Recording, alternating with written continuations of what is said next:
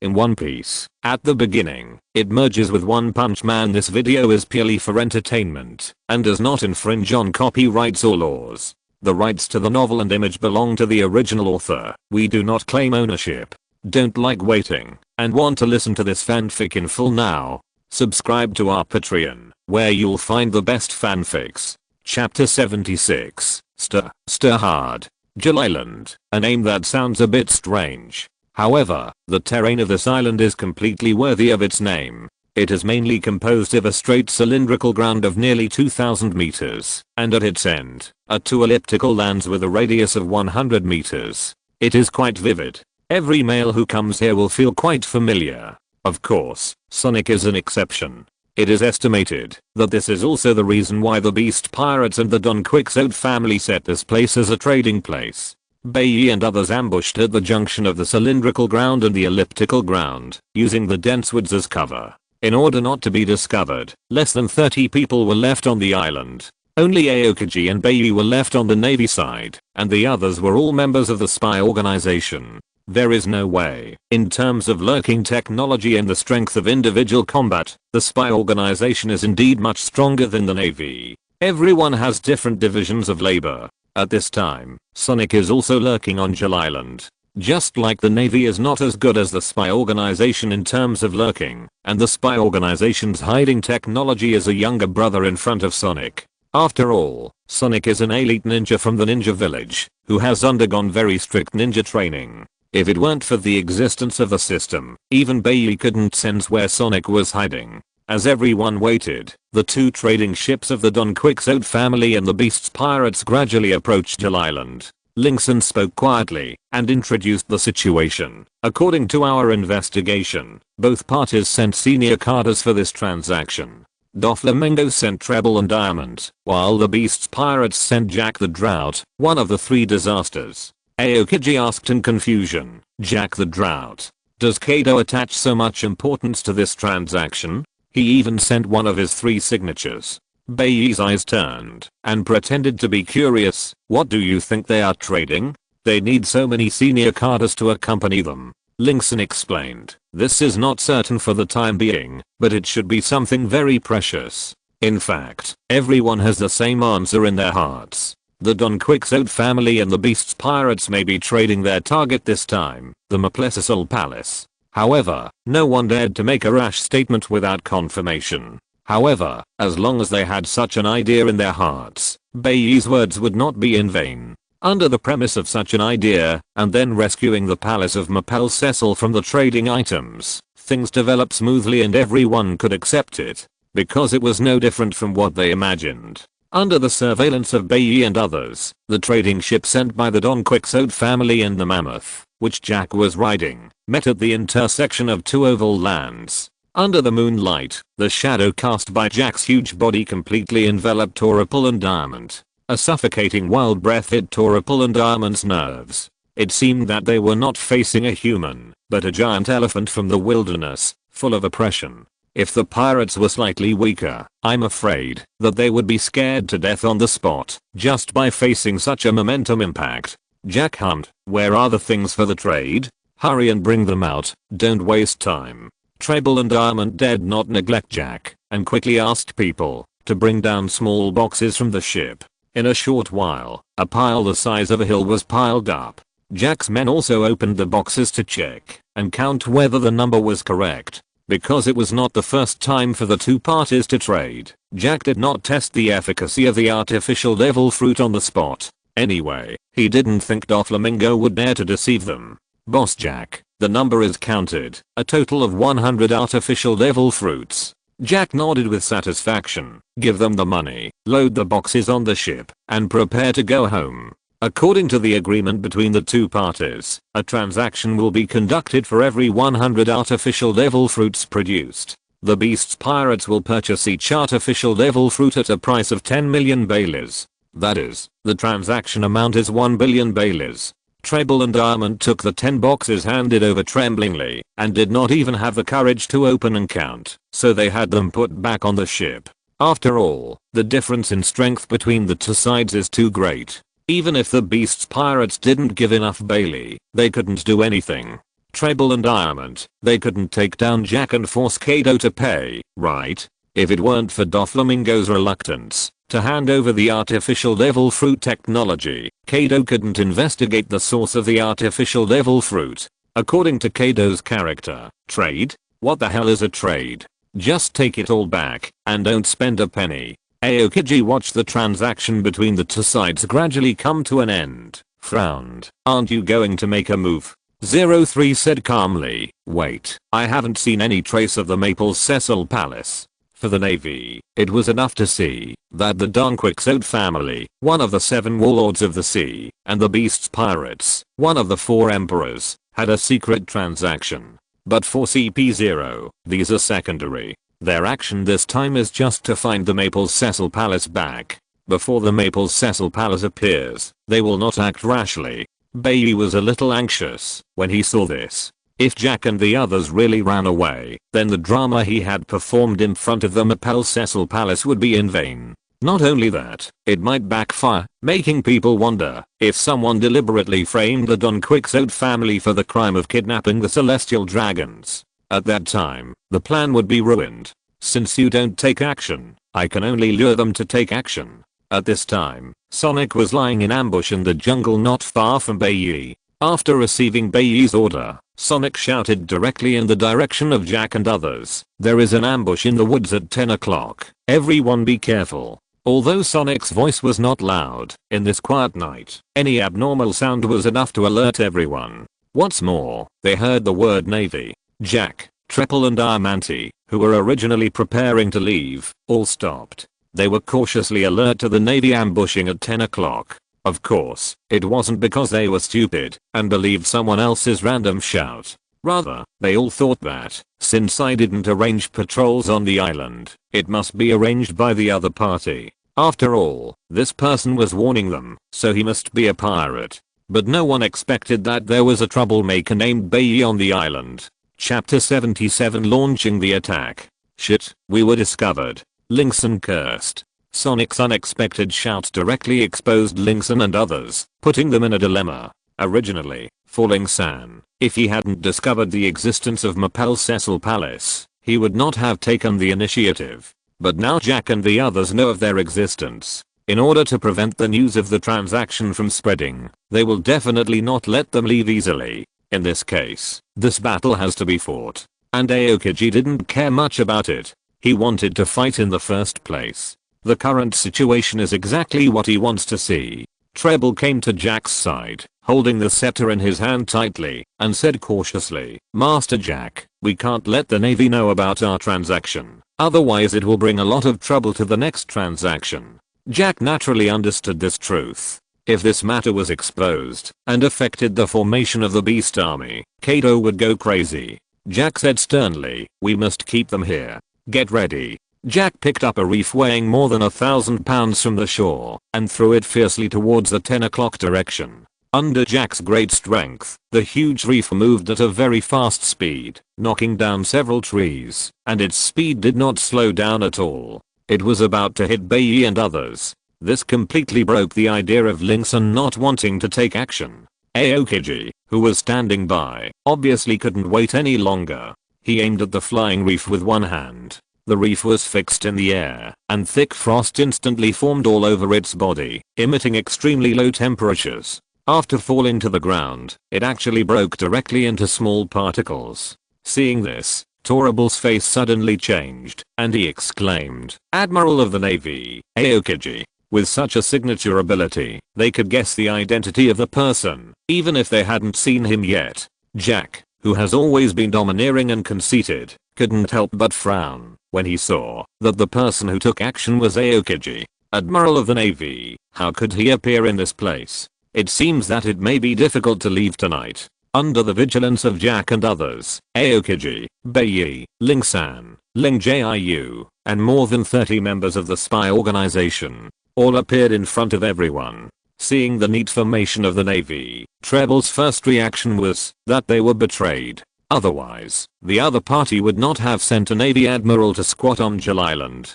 Aokiji looked at Treble and said lightly, "I really learned a lot tonight. I didn't expect Doflamingo to be so bold." After becoming a Shichibuke, he dared to make a deal with the beast pirates. He didn't take our navy seriously at all. After arresting all of you and interrogating you clearly, I will propose to Marshal Sengoku to abolish Doflamingo's position as Shichibuke. Hearing this, Treble and Diamond turned pale. It was a small matter for them to be caught by the navy. As long as the young master was there, they still had the possibility of being rescued.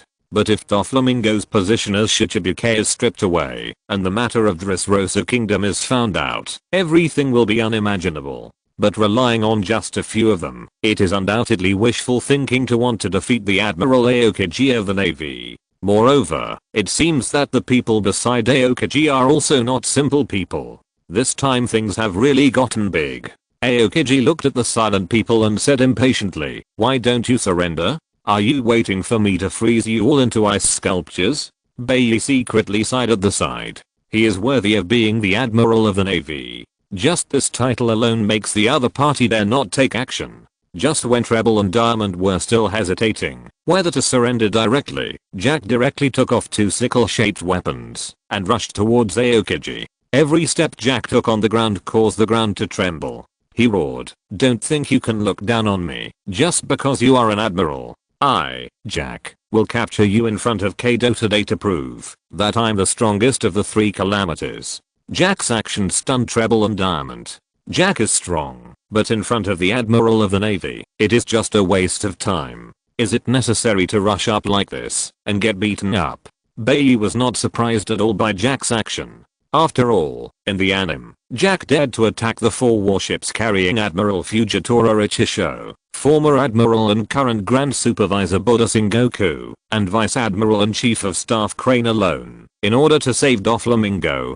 Although this is obviously a suicidal act, it can also be seen that Jack is really courageous. As Jack took action, Jack's men also attacked Bai Ye one after another. Ling Jiu was about to take action, but was stopped by Ling-san. 03 glanced at Bai Ye and said calmly, "Dealing with pirates is the Navy's business. It has nothing to do with us. Let's see the situation first." CP0 really had no obligation to deal with pirates, and 03 wanted to see if Bai Ye's strength was really what he thought. Without 03's order, the situation on the field instantly became Aokiji and Bai Ye, 2 Navy men facing all the pirates. Treble and Diamond saw that all of Jack's men had gone up, and the other side currently only had 2 Navy men to take action. With Jack holding back the Navy Admiral Aokiji, the remaining unknown Navy Rear Admiral could not play any role at all. After dealing with the Navy Rear Admiral, they could help Jack fight Aokiji. Maybe this time they would have a chance to escape.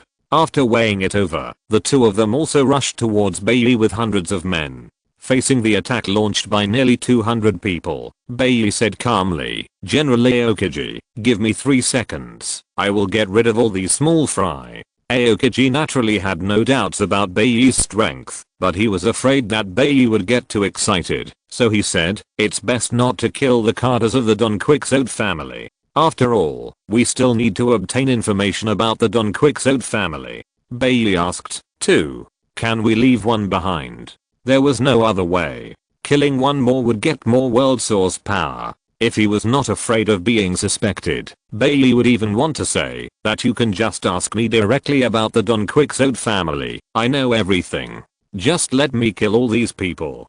Damn, this kid has a strong murderous instinct. Aokiji said silently, "One will do, but don't kill them all." Jack, who had come close, heard the conversation between the 2 and said disdainfully, "Are you Navy only good at talking big? He is just a small rear admiral, but he wants to get rid of all my subordinates except me. Aren't you thinking too much?" Bai Ye looked up at Jack and said coldly, "No need to get rid of you. When I have killed most of them, I will come to kill you." Chapter 78 3 Seconds Man. Damn Navy, die. Jack shouted angrily. His arm muscles swelled up, as thick as a water tank, and his whole body revealed a wild breath. The 2 sickle-shaped scimitars were a bit cold in the moonlight, and the sharp blades reflected the cold moonlight. The scimitars were extremely fast, and they slashed through Aokiji's body in almost the blink of an eye. When they fell to the ground, they directly exploded into dust and 2 long and thick cracks appeared. Aokiji's body was divided into 3 sections and gradually slid down, but no blood flowed out. but Jack's expression was still serious. No one would think that the Admiral Aokiji would be so easily solved. The corpse of Aokiji that fell on the ground turned into a pile of broken ice in an instant. And Aokiji suddenly appeared in front of Jack. Most of his body had turned into ice, and he shouted, "Freeze time." In an instant, a huge amount of cold air began to emanate from his body and spread from under Jack. The white frost covered Jack's body like an ice armor, and soon wrapped Jack in it. In the extremely low temperature, Jack felt that his body was frozen, the blood flow slowed down, his limbs were stiff, and even his thoughts were weakening.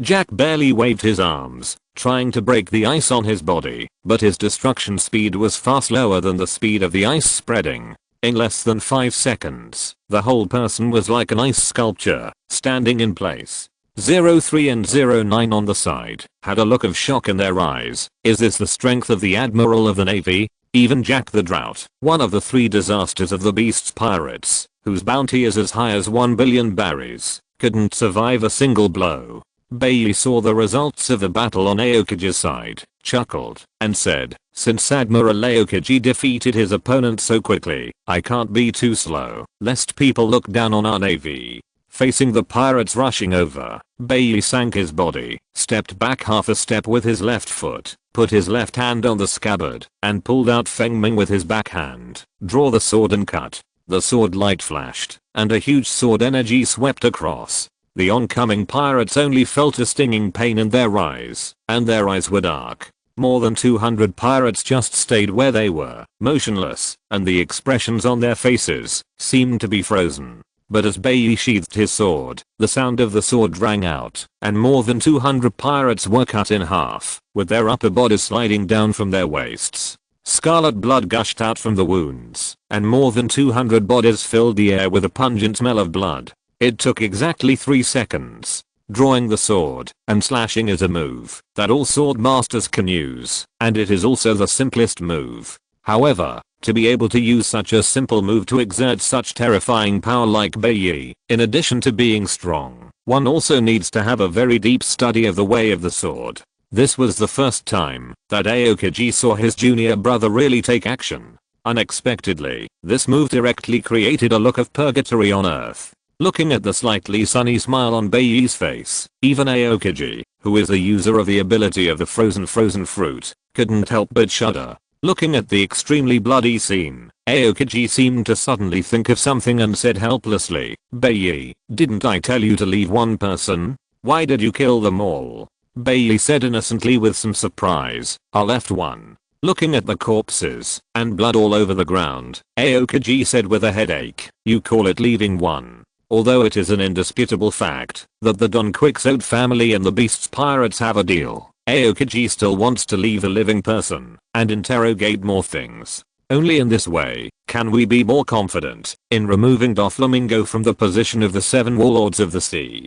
Bai Ye looked at the scene, fell into thought, and murmured, "I really left one just now. Could it be that he didn't control his strength well?" Bai Ye quickly denied this idea. He still had enough understanding of his own strength. Every time after gaining proficiency, the first thing is to try to adapt to this power, familiarize yourself with this extra power, and be able to control it freely. Since it couldn't be his problem, there was only one possibility. Bai Ye thought carefully about the scene when he made his move. Because of Aokiji's instructions, he didn't hold back on Jack's pirates. 2 senior cadres, Sipshead, the user of artificial devil fruit and sheep, and Jinrami, the user of artificial devil fruit and springbok. The bodies of the 2 were lying at Bai Ye's feet, and the expressions on their faces were still extremely terrified. The body of the senior cadre of the Don Quixote family, the user of the sticky fruit, Tremble, was also there. Originally, Tremble, as Doflamingo's most trusted person, knew the most. However, Bai Ye couldn't stand his wretched appearance and the fruit ability that looked like snot, which was really disgusting. So, Bai Ye didn't say anything and directly sent him back to the furnace for recreation. There was still one senior cadre left, the user of the floating fruit, Diamond. Bai Ye touched his chin and thought, "I shouldn't have killed this guy." Bai Ye found Diamond's corpse from the pile of corpses. His body was covered with blood and his face was pale. He obviously lost too much blood. His chest was not moving, and he looked like a dead person. But Diamond could deceive others, but not Bai Ye. After all, Bai Ye was the one who swung the sword. He was fully confident about the situation at that time. He didn't expect that Diamond would pretend to be dead. He was really cunning. Bai Ye kicked Diamond a few times in a bad mood and said impatiently, "You are a senior carder of the Don Quixote family and a pirate with a bounty of 90 million berries. Don't you feel ashamed to lie in the pile of corpses and pretend to be dead?" Diamond was full of fear. He didn't expect that he would be discovered by the terrible Rear Admiral, even though he pretended to be so much. Bah, what Rear Admiral? He had never seen such a strong Rear Admiral in his life. No matter what, he had to pretend to be dead to the end. If he admitted that he was pretending to be dead now, he would really die. After Bai Ye finished speaking, Diamond still did not move, as if she was dead. Seeing this, Aokiji thought that Bai Ye was afraid of being blamed by him, so he said Diamond was pretending to be dead. So, he said, "Bai Ye, it doesn't matter if you die. Anyway, the fact that the Don Quixote family colluded with the Beast's pirates has been confirmed." Unexpectedly, Bai Ye ignored Aokiji, but drew out Feng Ming, pointed at Diamond, and said viciously, "If you still pretend to be dead, I will cut off your flesh piece by piece, and see if you can still pretend."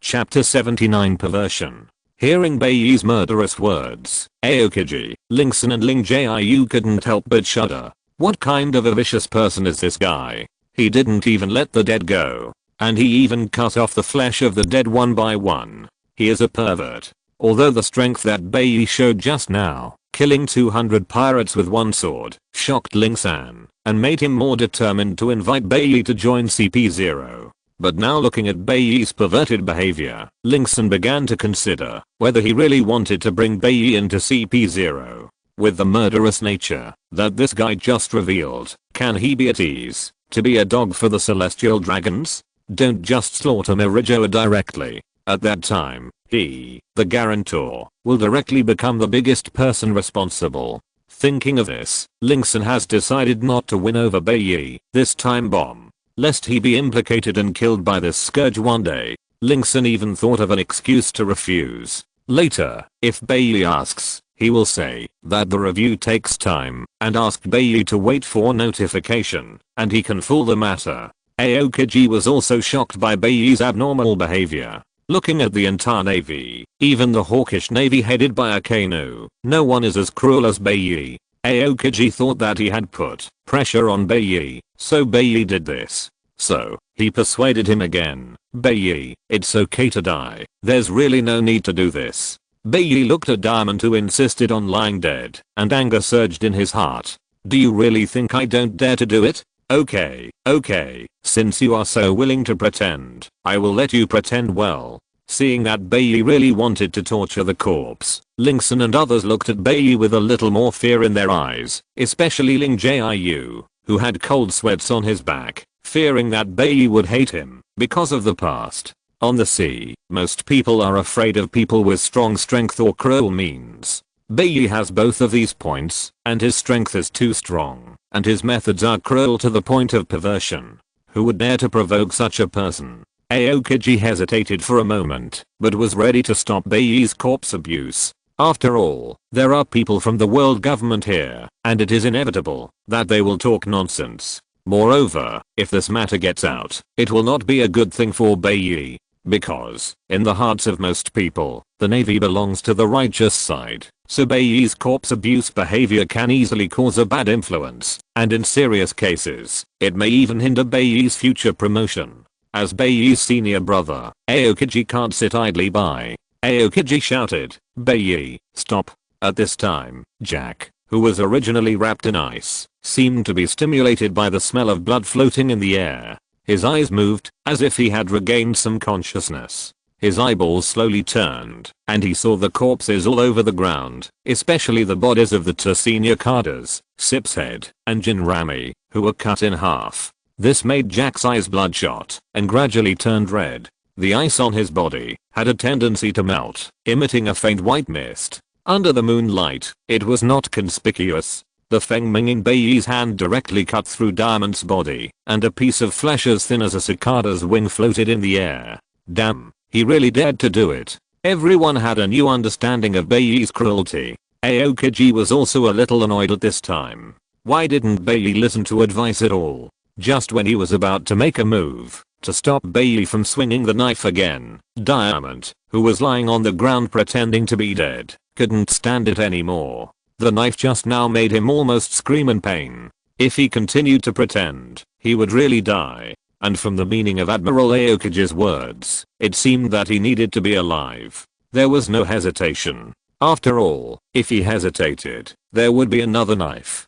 Diamond suddenly jumped up, covered his wound, and said in pain, "I'm not dead. I'm really not dead." This wave of resurrection directly stunned Aokiji and Lingson. It turned out that Bai Ye was not a pervert, but this guy was really pretending to be dead. Aokiji, who was about to grab Bai Ye, was embarrassed and looked at Diamond fiercely. When the interrogation comes, this guy will suffer. Bai Ye stared at Diamond with murderous eyes and said coldly, "General Aokiji, I will skin this guy alive first, and then go to Dressrosa to capture another senior cadre for you. I promise that Doflamingo will not find it." Bai Ye was really irritated by Diamond. "You are pretending to be dead to my head. Since you want to die so much, I must let you die today." Diamond heard Bai Ye's words full of murderous intent. His legs softened, and he almost collapsed to the ground. After experiencing a knife, he would no longer doubt the truth of Bai Ye's words. Just as Aokiji was about to persuade him, he heard a loud noise. Bang!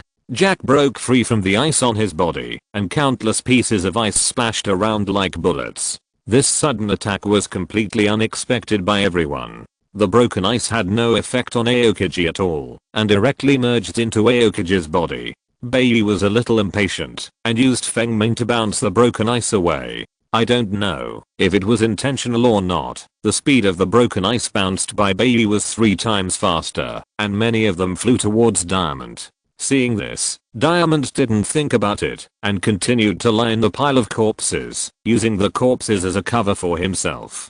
But even so, it was inevitable that several holes were shot by the broken ice, and he screamed in pain. The situation on the world government side was more miserable. Several people were directly shot in the head by the broken ice, and died on the spot. This made Lingson feel very unhappy. He didn't take any action, but several people died. "Do you think I'm easy to bully?" Jack, who had escaped from the trap, roared with bloodshot eyes. "You killed my men. I will make you pay with your lives." As soon as he finished speaking, Jack activated the power of the fruit, the elephant fruit, ancient species, mammoth form, and the whole person changed into a mammoth, with a huge body of tens of meters high, limbs as big as houses, and the muscles of the elephant trunk were taut and extremely powerful. In addition, there were sharp tusks on both sides of the trunk that were more than 10 meters long. A true war machine. If this rushed on a battlefield with a large number of people, it would really be a god who killed gods and Buddhas who killed Buddhas.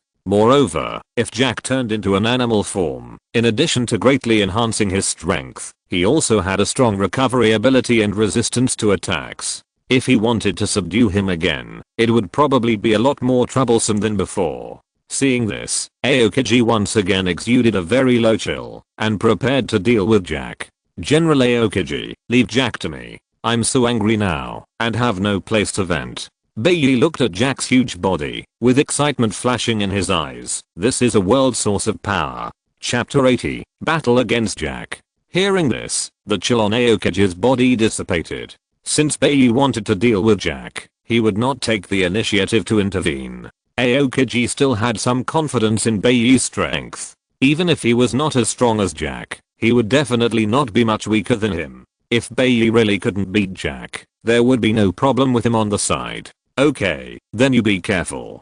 He is now in the beast form, and his strength and recovery ability have greatly improved," Aokiji carefully instructed. Bai Ye nodded. He knew this. But before Bai Ye could make a move, 03 couldn't hold back. Maybe he felt that he had lost face in front of the Navy after losing several of his men. Moreover, seeing that Jack was subdued by Aokiji in an instant before, he felt that even if Jack turned into a beast form, his strength would not be much stronger.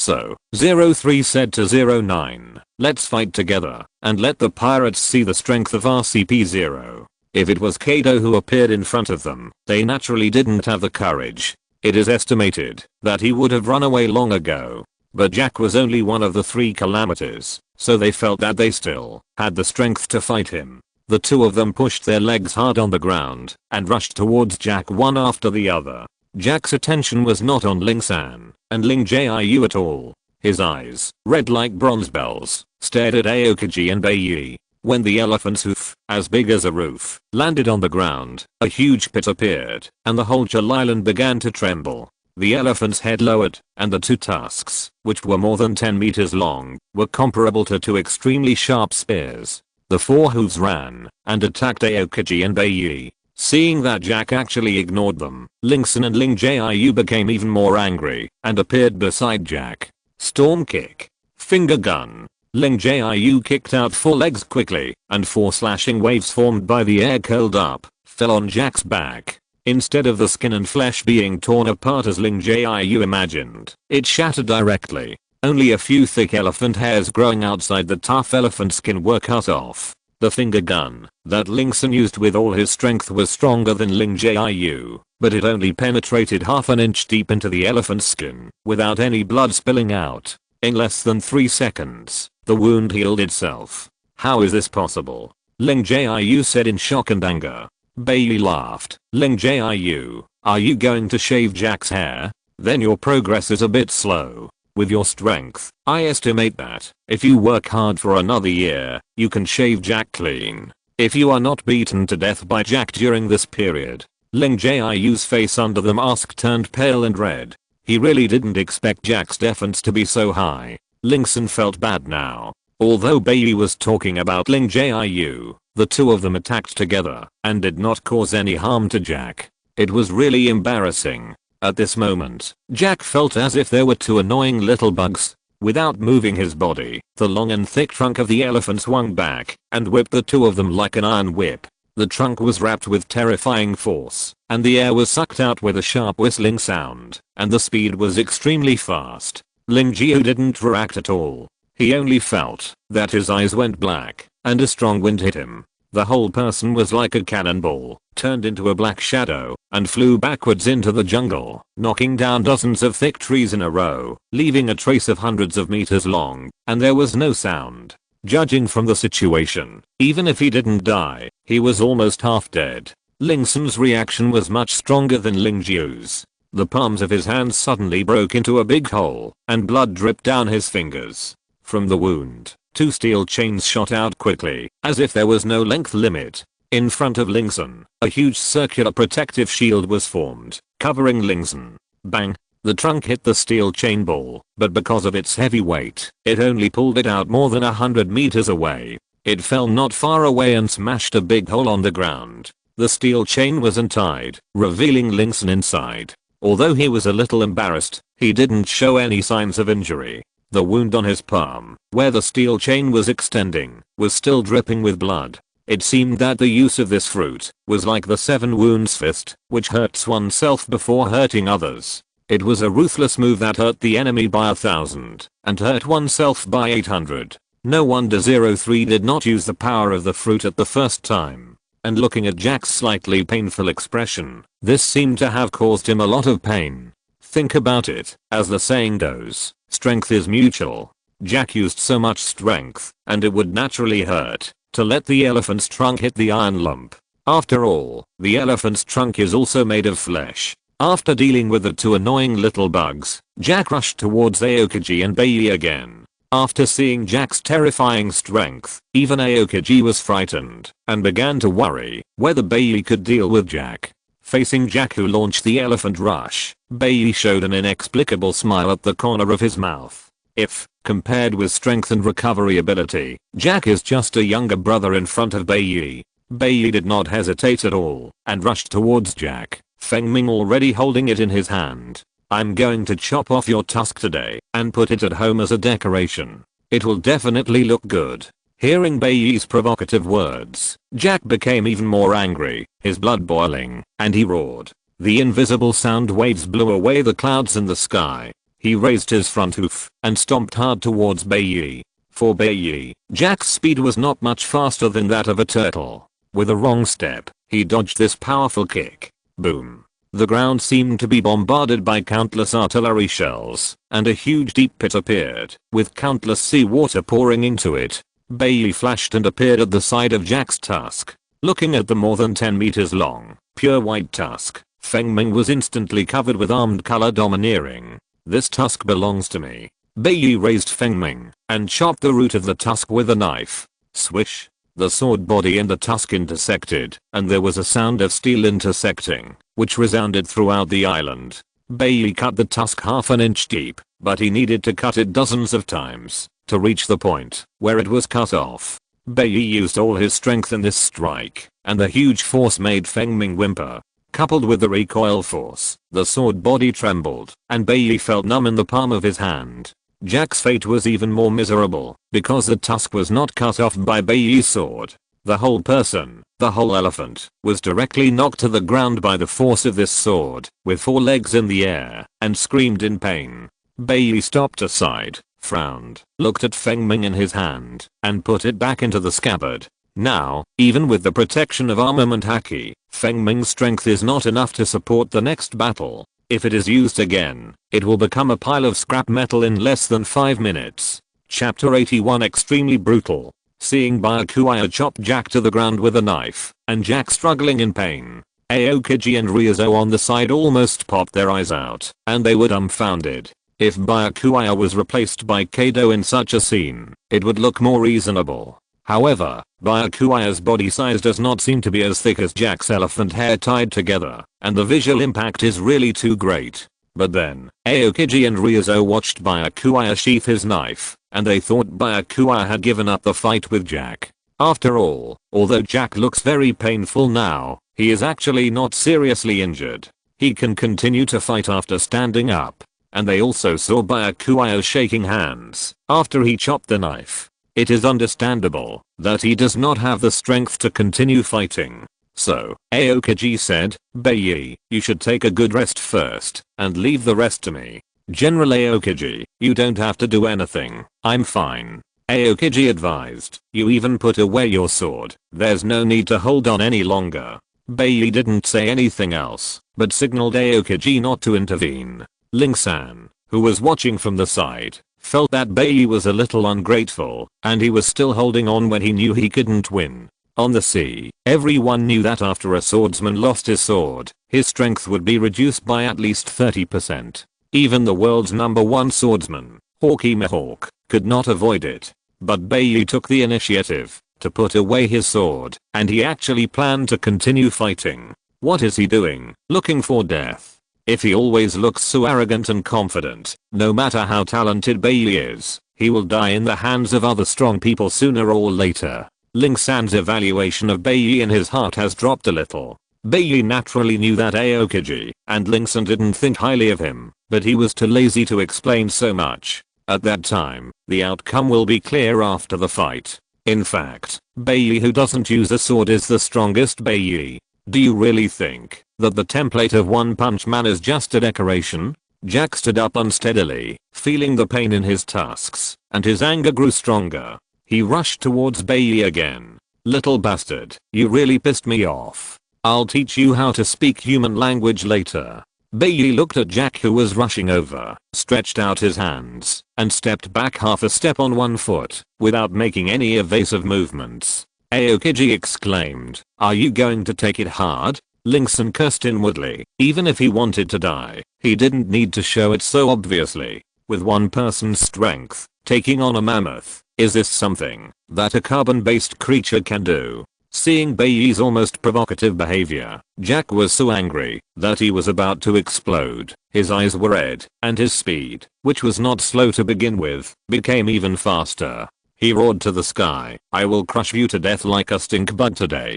2 sharp tusks like spears, under Jack's control, stabbed straight at Bai Ye. Under the accelerated impact of Jackman's form, even a solid castle would be smashed to pieces by such an impact. Facing the impact, Bai Ye's eyes were calm. He exerted force on his feet, twisted his waist, and concentrated the force from all parts of his body into his hands. Bai Ye shouted, "Stop for me." Bai Ye held the two long tusks tightly with both hands, and the veins on the back of his hands bulged. The extremely violent force was transmitted from the tusks to Jack. Under Jack's impact, Bai Ye retreated half a meter backwards, and his legs plowed two deep marks on the ground. But it was only half a meter away. Under Bai Ye's power, no matter how hard Jack's four hooves exerted, he could not move forward another centimeter. It formed a scene of man and a beast wrestling. Aokiji could not see how such a terrifying power was hidden in Bai Ye's normal body. Before he could sigh again, Bai Ye forced Jack to stop, and appeared next to the tusk at a very fast speed. His right fist was covered with purple-black armament haki, and he swung it with all his strength towards the tusk with a half-inch long cut. Break. With Bai Ye's light shout, the tusk, which was more than 10 meters long, broke at the root. As the tusk broke, Jack screamed in pain. But Jack's scream didn't last long before it stopped. Bai Ye was not satisfied with breaking one tusk, so he grabbed another tusk and punched hard again. Because this tusk had no gap, it was much more difficult to break it than the previous one. But because of this, every time Bai Ye punched, the violent force was transmitted to Jack's head along the tusk, making Jack feel his head buzzing. This feeling even overwhelmed the pain, and Jack's already small brain became a mess. Crack. When Bai Ye threw the 17th punch at a very fast speed, the tusk finally couldn't hold on and broke. Jack collapsed on the ground, his eyes were dull, his limbs kept twitching, and he looked abnormal. Of course, no matter who encountered such a thing, it would not be normal. Even Aokiji and 03 were shocked when they saw Bai Ye's brutal behavior. This is simply a humanoid monster. Bai Ye kicked Jack's relatively soft abdomen. The terrifying force made Jack feel that his internal organs were kicked to pieces. He kicked him hundreds of meters away. Jack's huge body hit a small hill and instantly crushed the hill to the ground, splashing countless gravel and smoke, and was covered by stones. Bai Ye picked up two white ivory with some joy. These two things were really hard and could withstand so many punches from him. If Jack himself took Bai Ye's full strength punches for more than a dozen times, he would have been beaten into minced meat long ago. These two ivory tusks are good things, and they are very valuable, even if they are taken back for collection. Looking at the sea, who can take the ivory of a billion pirates as a collection? Moreover, this pirate is one of the 3 signatures of Kaido, one of the 4 emperors. Although, such an action is undoubtedly a provocation to Kaido. But Bai Ye doesn't care about these. If Kaido is unhappy, then let him do it. It would be nice to have another pair of dragon horns to collect at that time. Just when Bai Ye was thinking about it, the voice of the system suddenly sounded in his mind. Found forgeable items. Ivory * 2, recycling price. 100 world source power / root. Do you want to recycle? What? These two things can be recycled? Wait, what does forgeable items mean? Bai Ye looked at the two ivory in his hand with some curiosity, and did not make a choice at the first time. After all, he is not short of these 200 world source power now, so it is better to figure this thing out first. At this time, Bai Ye suddenly didn't want to kill Jack. Killing Jack would not give too much world source power. It is not much more valuable than ivory. It is better to wait for Jack to grow ivory again, and Bai Ye will harvest another wave. This can also be regarded as responding to the call and insisting on the recycling of resources. If you're listening to this novel on a channel other than Fanfic World, it means they downloaded and uploaded it without effort. We cordially invite you to visit our channel, Mundo Fanfic Novelos. There you'll find the original version of this story and you can explore many other novels of various genres. We're waiting for you to immerse yourself in a world of incredible novels. Chapter 82, Successfully Passing the Buck. Aokiji and Linkson went to check on Jack, and Bai Ye suddenly received a message from Sonic. Master Bai Ye, the plan was successful. I left the island first. The so-called success of the plan was naturally that Sonic put the box containing the Mapel Cecil Palace on Jack's ship, mixed with the boxes containing artificial devil fruits. This is why Bai Ye kicked Jack, who was almost dizzy, hard at the end, and kicked him far away. It was just to let Aokiji and Linkson go to check and make it easier for Sonic to act. When Aokiji and Linkson found Jack, Jack was buried by rubble. After digging Jack out, the two couldn't help but gasp. This is too miserable. At this time, Jack was unconscious and had regained his human form. The long horns growing from his neck were broken at the root because his head was attacked several times, bleeding from all 7 orifices, bloodstains all over his face, looked terrible.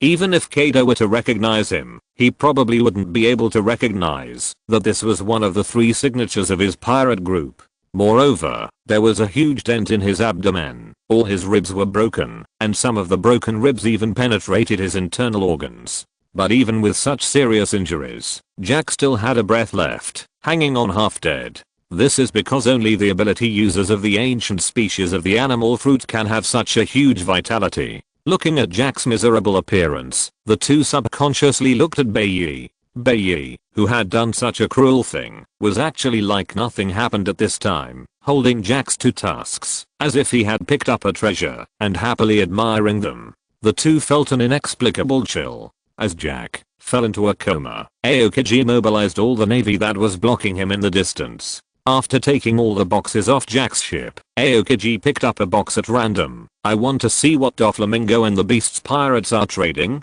Before, when Jack opened the box to check, because the distance was quite far, and it was dark, it was difficult to see the contents of the box by moonlight alone. After opening it, a devil fruit similar to an apple appeared in the box, with different patterns on it. Is this an animal type devil fruit? Moreover, it was not just this one, but all the 100 boxes present were animal type devil fruits. If we go by the market price, the value of these devil fruits is as much as 10 billion baileys. Of course, Aokiji didn't know that these were artificial devil fruits, and there were various defects.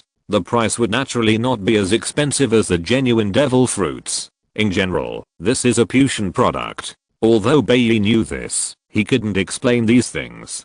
Bai Ye pretended to pick up an artificial devil fruit and said in surprise, I didn't expect Doflamingo to be able to find so many animal type devil fruits. Recyclable resources found. Artificial devil fruit. Recycling price 50 world source power. The system's sudden prompt sound almost scared Bai Ye so much that he couldn't even hold the artificial devil fruit in his hand. This thing can also be recycled. There are 100 of them here, which is equivalent to 5,000 world source power. It's enough to kill 10 whitebird seconds. At this moment, Bai Ye wanted to call Sonic back and join forces to snatch all the artificial devil fruits here. Bai Ye regretted it at this time. If he had known that this could happen, he would not have dragged the matter onto Doflamingo. Wouldn't it be nice to secretly destroy the Don Quixote family? But things have developed to this point, and we can only take one step at a time. No, even if Doflamingo dies,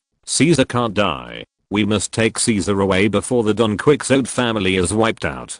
Bai Ye looked at the artificial devil fruit in his hand and made a decision. Soon, they found a larger box in the pile of boxes, which immediately attracted everyone's attention. These small boxes contained precious devil fruits. Wouldn't the big box contain something even more precious? When it was opened, everyone except Bai Ye was shocked by the contents of the box. Mapel Cecil Palace. Lingson said in surprise. Even Ling Jiu, who was slapped by Jack before, was not dead. He staggered over with a look of surprise on his face. They didn't expect that they could find Mapel Cecil Palace so easily. Although Mapel Cecil Palace did not wake up, it was obviously in a coma and was not in danger of life. Out of a cautious attitude, Lingson decided to quickly send Mapel Cecil Palace back to Mirajoa and let the best doctor examine it. Unlike Lingson and others who were full of surprise, Aokiji frowned at this time.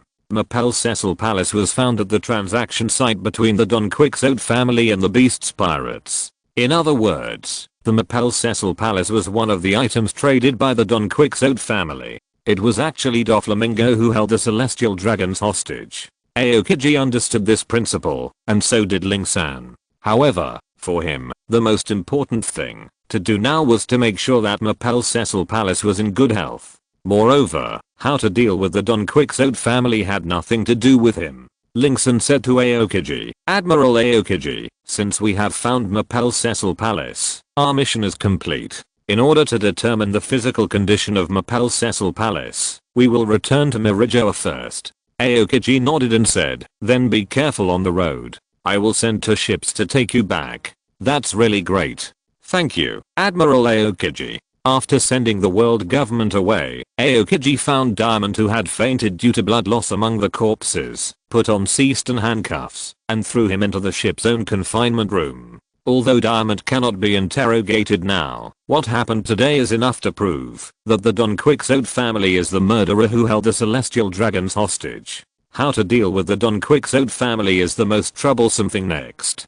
Because Jack is too big, after being handcuffed with Seaston, his weight is extremely heavy, and the soldiers can't lift Jack at all. Seeing this, Bai Ye picked up Jack's arm with one hand, and threw him directly onto the deck of the warship hundreds of meters away. As a result, a huge hole was smashed in the deck, and seawater poured in. The soldiers were in a panic for a while, fearing that the ship would sink. Aokiji looked at Bai Ye's actions and his eyes twitched, his face full of helplessness. Bai Ye also noticed Aokiji's helplessness and explained awkwardly, I mean, well, it's just a small mistake. Aokiji sighed. Jack's grab, I really don't know whether it is good or bad.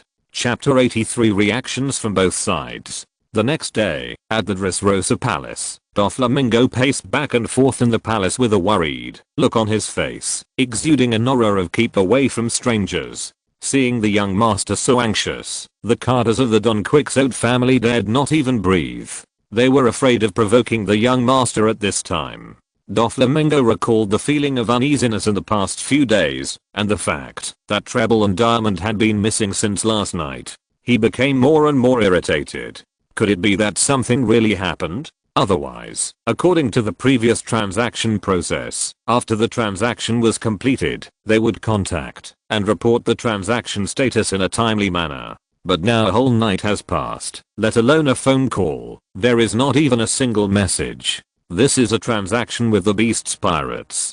Could it be that they are cheating on the pirates? This is not impossible. After all, everyone knows what kind of character the Beast's pirates are. But they did not find the island where Caesar was, nor did they master the production technology of artificial devil fruits. How dare Kaido? As for whether the Navy might discover their transaction, as soon as this thought came up, Doflamingo subconsciously rejected this idea. The Navy generally dared not interfere in the affairs of the 7 warlords of the sea. Moreover, even if they discovered it, he would not worry too much. The Navy was also subject to the control of the Celestial Dragons. As long as he kept the news about the Celestial Dragon's secret treasure tightly, the Celestial Dragons would not touch him. Young master. Just as Doflamingo was thinking, Buffalo's voice suddenly sounded at the door. Buffalo is the ability user of the superhuman type rotating fruit, and can fly in the sky like a propeller when rotating. So last night, after Doflamingo did not receive any news, he sent Buffalo out to check the situation.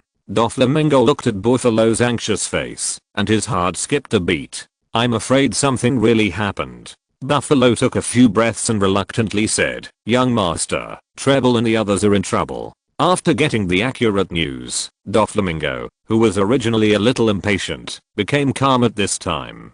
Doflamingo said with a gloomy face, tell me the situation on the island slowly, don't miss any details. When I arrived at Jal Island last night, there were many large holes on the ground of the island, and more than 200 severed bodies. I found among them. At this point, Buffalo subconsciously paused and looked at Doflamingo cautiously. Doflamingo asked in a trembling voice, what did you find? Buffalo gritted his teeth and said, I found the body of Treble. As soon as the voice fell, an invisible momentum suddenly emanated from Doflamingo, and the originally clear sky was instantly covered by dark clouds, making the entire Dressrosa shrouded in dark clouds. Crack. Crack. Under the pressure of the momentum, cracks appeared on the seats in the hall, and some were directly split in half. All the Carters knelt on the ground, crawling in front of Doflamingo, trembling all over. Everyone knows Treble. When Doflamingo was young, he was sure that he had the ability to become a king. He was willing to become the first subordinate of Doflamingo, who was only 9 years old, and made great contributions to the establishment of the Don Quixote family. In Doflamingo's heart, Treble is not only the most trustworthy subordinate, but also a godfather-like figure. But now Treble is dead, and he was cut in half by a knife. How can Doflamingo not be angry? Doflamingo asked coldly. Did the beast's pirates do this? Buffalo put his head against the ground and said, it shouldn't be. Although Jack's body was not found at the scene, the bodies of Jinrami and Sip's head were found. They were also cut in half by a knife. If it wasn't the beast's pirates who were robbing each other, then it could only be the Navy. Because near the Sabayodi archipelago, the largest force is the Navy. This means that things are getting more and more troublesome. New World, an unknown deserted island. A man who looked like a mountain sat cross-legged in front of the campfire and asked in a buzzing voice, you mean, the deal between us and that brat Doflamingo has been known to the Navy, and Jack has now fallen into the hands of the Navy? Jin, one of the three major signs along with Jack, stood in front of Kaido and said in annoyance, I have confirmed with Doflamingo that this news is correct. As soon as the voice fell, Kaido threw the wine gourd in his hand, which was as big as a two-story building, to the ground. Bang! With a sound, countless rocks rolled down from the mountain peak, and the whole island was shaking. Is the Navy provoking our beast's pirates? Kaido said angrily, and his two black hairs like dragon whiskers swayed with it, like two swimming dragons. Jin, go and gather everyone back. Since the Navy dared to touch Jack, they must bear my wrath. Jin looked at Kaido's crazy appearance and sighed helplessly. For Kaido, the fact that he was caught by the Navy 18 times and still escaped unscathed was enough to prove that he was not afraid of the Navy. But Kaido is Kaido, and they are not monsters like Kaido. If they really want to launch an attack on the Marine headquarters, it is estimated that, except for Kaido, less than 1/3 of the entire beast's pirates will survive.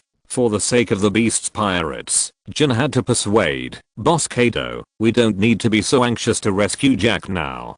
Kaido stared at Jin. What do you mean? Jin continued to explain. After the Navy captures Jack, according to the principle of only detaining but not killing, he will definitely be detained in Impel Down. We can set up an ambush on the route to Impel Down and wait until the ship holding Jack arrives, and then find a way to rescue Jack. In this way, we can greatly increase the success rate and reduce the casualties of our brothers. Although Kaido seems to be not smart enough, he is actually smarter than anyone else. Just now, the reason why he wanted to show that he would rather attack the Marine headquarters for Jack was to let his subordinates know that he is a loyal boss. Now, Jin has proposed a plan that suits his wishes, and he naturally has no reason to refuse. Kaido pretended to think it over for a while before he agreed. Okay, in order to reduce the casualties of our brothers, we will do it according to your method. In order to ensure success at the first try, you go and call Quinn back. Moreover, I will also take action this time, to let the Navy know the price of provoking the beast pirates. In order to confuse the Navy in advance, Kaido ordered many of his pirate groups to continuously attack the Navy bases in the New World. The attitude he showed was that if you don't let my brothers go, I will kill all the Navy in the New World.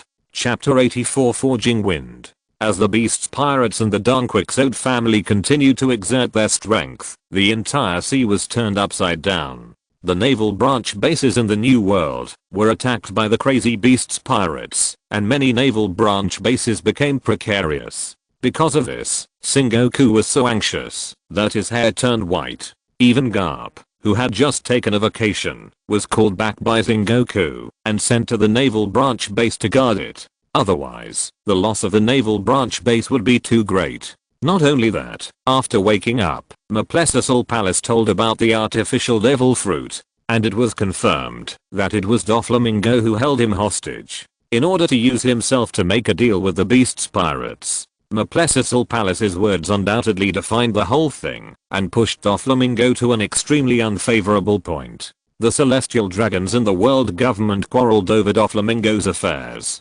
Some people thought that Doflamingo was crazy for daring to attack even the celestial dragons, so it would be better to eliminate him as soon as possible. As for the other part, some people were afraid to attack Doflamingo because he had the information about the celestial dragon's secret treasure. When the sea was in chaos, Bai Ye, the instigator, was lying leisurely in the office, holding a juice in one hand and a dessert in the other, counting how much world power he had gained in this operation. Host, Bai Ye. Template, One Punch Man, Saitama, Fusion Degree. 30%, World Power. 8000, Fusion degree 30% minus 31%. World power acquired. 2100. Special skills. Emperor engine. Armament Haki LV8. Plus. Observation Haki LV8. Plus. Swordsmanship LV9. Plus. Infinite recovery. Passive. Summoned. Testiculous Ninja Sonic. Plus. Seeing this, Bai Ye almost spilled the juice on himself. He only added 900 points of world power, which was less than 1/5 of that batch of artificial devil fruits. Bai Ye looked through the system prompts carefully and found that these 900 points of world power were all obtained by killing characters. There was no change in the world power added by the plot. Could it be that, because the Don Quixote family still exists, it means that the plot has not changed completely, so no world power was given to me? Just as Bai Ye was thinking, he suddenly thought of the spoils of this operation, Jack's tusks. Because artificial devil fruits are considered stolen goods, they were all taken away by the Navy. The ivory was taken by Bai Ye alone against Jack, and was considered his personal trophy. Bai Ye looked at the two tusks that were like spears. These two things, relying on their own hardness, if they can be forged, they are probably at least good and sharp swords. As he spoke, Bai Ye pulled out the Feng Ming from his waist and chopped on the ivory, leaving no cut marks on it. Do you choose to merge? If you need to merge, it will cost world power. 300 points. Before Bai Ye could sigh, the sudden prompt sound of the system made Bai Ye stunned. What does it mean? Can Feng Ming fuse with the ivory in his hand? At this time, Bai Ye remembered that when he first obtained the ivory, the system had prompted that ivory was a forgeable item. So it can also be forged by spending world power. This system should just be called the all-powerful system. A template system alone is really not enough to show its diversity of functions. Bai Ye was originally planning to change to a knife. Now it seems that if Feng Ming can be forged and fused, it will save the effort of finding a knife. Moreover, after using it for a period of time, Bai Ye feels that Feng Ming is quite easy to use. If he wants to change it, he is a little reluctant. However, since he wants to forge it, Bai Ye will not only use these two ivory. If he wants to make it, he must make a good knife. The Sabayodi archipelago is basically the largest trading place on the sea, and everything is sold here. Bai Ye asked Smoker to go to major auction houses to purchase various ores suitable for forging weapons. Smoker naturally did not dare to neglect Bai Ye's order, and immediately took his soldiers to major auction houses and weapon shops to look for ores. At first, all the major auction houses were terrified, thinking that Bai Ye, the butcher, was going to confiscate their property. They were so scared. Later, after learning that Bai Ye was going to collect ores, they rushed to send the ores to the naval base for free. In their opinion, this was the first time the butcher collected things. If they sent them up quickly, they might be able to get a good impression in front of Bai Ye in the future. Because the famous swords on the sea were not very expensive, and the price of ores was even lower, so they sent them a little crazy. In just one day, a small hill of various precious ores was piled up at the naval base. Although the price of ores was not high, the total value of so many was also 300 to 400 million baileys. If the forging master saw this, he would probably faint with excitement. They have been forging for a lifetime, and when have they seen such a scene?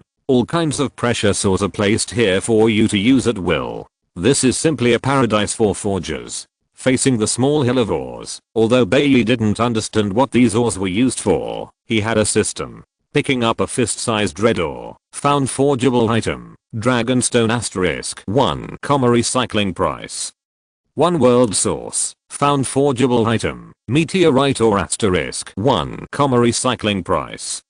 5 world source. Bai Ye's method of distinguishing ores is simple and direct. Ores that can cause system reactions and can be recycled are naturally good things. Those that are not good are not needed. In the end, Bai Ye only picked out more than 5,000 kilograms of usable ore from the hill of ore, adding up to about 200 world sources. After Bai Ye sent the others away, he was ready to forge Feng Ming.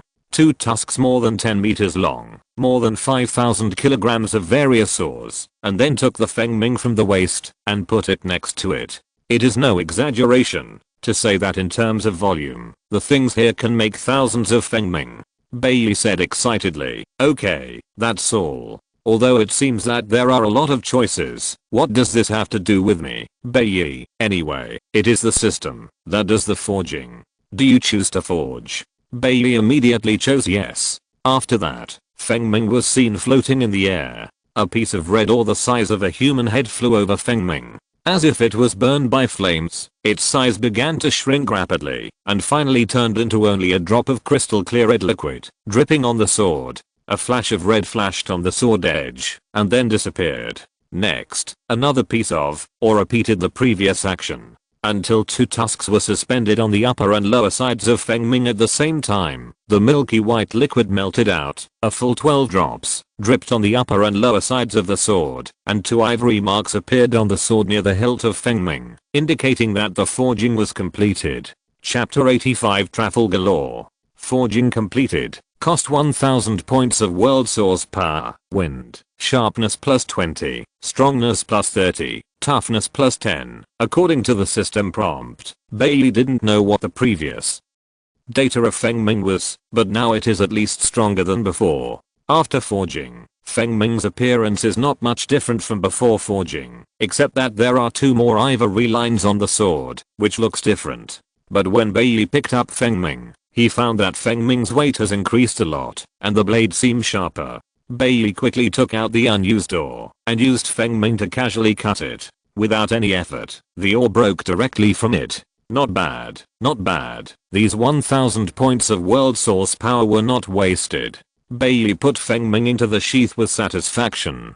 Although this vacation was delayed by the sudden action, Bai Ye also took advantage of this action to complete one of the goals. It was worth the trip. Moreover, Bai Ye has sent Sonic to the new world to find the trace of Punk Hazard. If Caesar is found, he will be captured, and a large number of artificial devil fruits will be made for Bai Ye. This will allow Bai Ye to exchange for world power, which is a stable source of world power. He must not let it go. Bai Ye also had another idea in his mind. Since artificial devil fruits can be exchanged for world power, then real devil fruits should also be able to be exchanged, and the exchange value is definitely several times more than that of artificial devil fruits. However, Bai Ye did not let Smoker go to major auction houses to collect devil fruits. Unlike the ore used to make weapons, devil fruits are extremely scarce resources in the sea. The average selling price of each is as high as 100 million baileys. Those greedy merchants will not be willing to give devil fruits to Bai Ye. If Bai Ye collects a large number of devil fruits, it will easily attract the attention of those who are interested.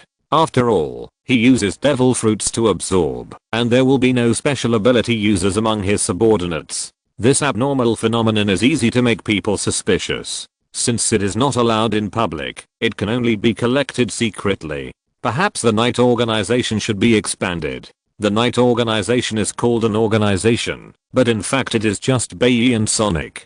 Bai Ye originally wanted to have all the people in the Night Organization exchanged from One Punch Man. But now, Bai Ye has changed his mind. The people exchanged from the store can indeed guarantee 100% loyalty, but most of them are about the strength of vice admirals in the Navy. If they are stronger, they are candidates for admirals like Shatton and Teo 2, with the combat power of quasi-admirals. The world source power required is really not low. If you want them to have the strength of admirals, the cost will be even more exaggerated.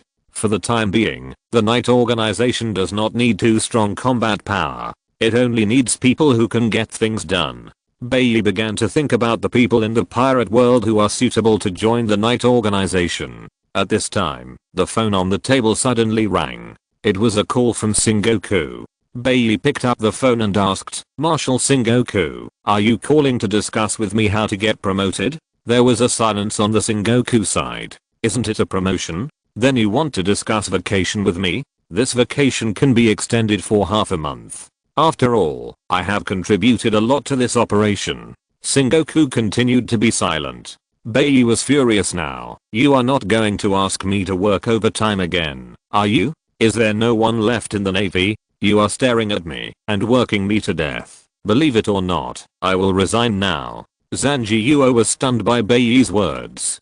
"Good man, you are the marshal and I'm the marshal? How can you talk like that?" But Zanji Yuo thought about what Bai Ye had done during this period of time. He rectified the lawless zone, rescued the celestial dragons, and defeated and captured Jack, one of the 3 signatures of the beast pirates, the drought. Picking any 2 of them is enough to make Bai Ye a vice admiral of the Navy headquarters. Moreover, the combat effectiveness shown by Bai Ye this time really shocked Zenjiuo. Defeating Jack intact, this is definitely the combat power of the admiral. The Navy is short of people now. This is a gold nugget. If he is really angry and runs away, he won't even have a place to cry. Thinking of this, Zenjiuo's tone became softer. Nephew, don't be so harsh. Nephew? Who is your nephew? You are Zifa's apprentice, so you are half his son. And I have been Zifa's good brother for many years. It's not too much to call you nephew, right? Yes, what he said makes sense. He is worthy of being a marshal. He is really thick-skinned. He is starting to build a relationship. However, Bai Ye has never been afraid of anyone when it comes to being shameless. Bai Ye pretended to be kind and said, "It's really not too much, Uncle Zenjiuo. You see, we are in this relationship, and you still let me be a rear admiral. Isn't it inappropriate?" Now it was Zenjiuo's turn to be dumbfounded. This kid is even more shameless than me. Is there any justice in the world? Ahem. Major General Bai Ye, you have only been a Major General for less than 2 months. If you are directly promoted to Vice Admiral of the Marine Headquarters, it will cause a bad influence. Bai Ye said indifferently, "What's the matter? If anyone is unhappy with it, he can go to the 4 Emperors pirate group and capture a Vice Admiral. I'm strong and have made contributions, so I deserve to be promoted.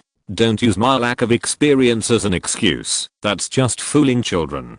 I'm an adult and I'm not so easy to fool." Zenjiuo thought to himself, "You have only been an adult for less than a year, and you are still pretending in front of a 60-year-old man like me." But what Bai Ye said is not without reason. Your promotion to Vice Admiral of the Marine Headquarters needs to be discussed again. However, the reason I called you this time is because the world government held a small meeting, and you need to attend. Bai Ye was stunned for a moment. What does the world government holding a meeting have to do with me? Because you are the main witness of the kidnapping of the celestial dragons, and in addition to you, Doflamingo will also attend this meeting. Doflamingo is coming too? Bai Ye was even more surprised. He kidnapped the celestial dragons, and he dared to come to the meeting? I don't know the exact situation. It seems that Doflamingo does not admit that he held the celestial dragons hostage, so the world government held this meeting and wanted him to explain it in person.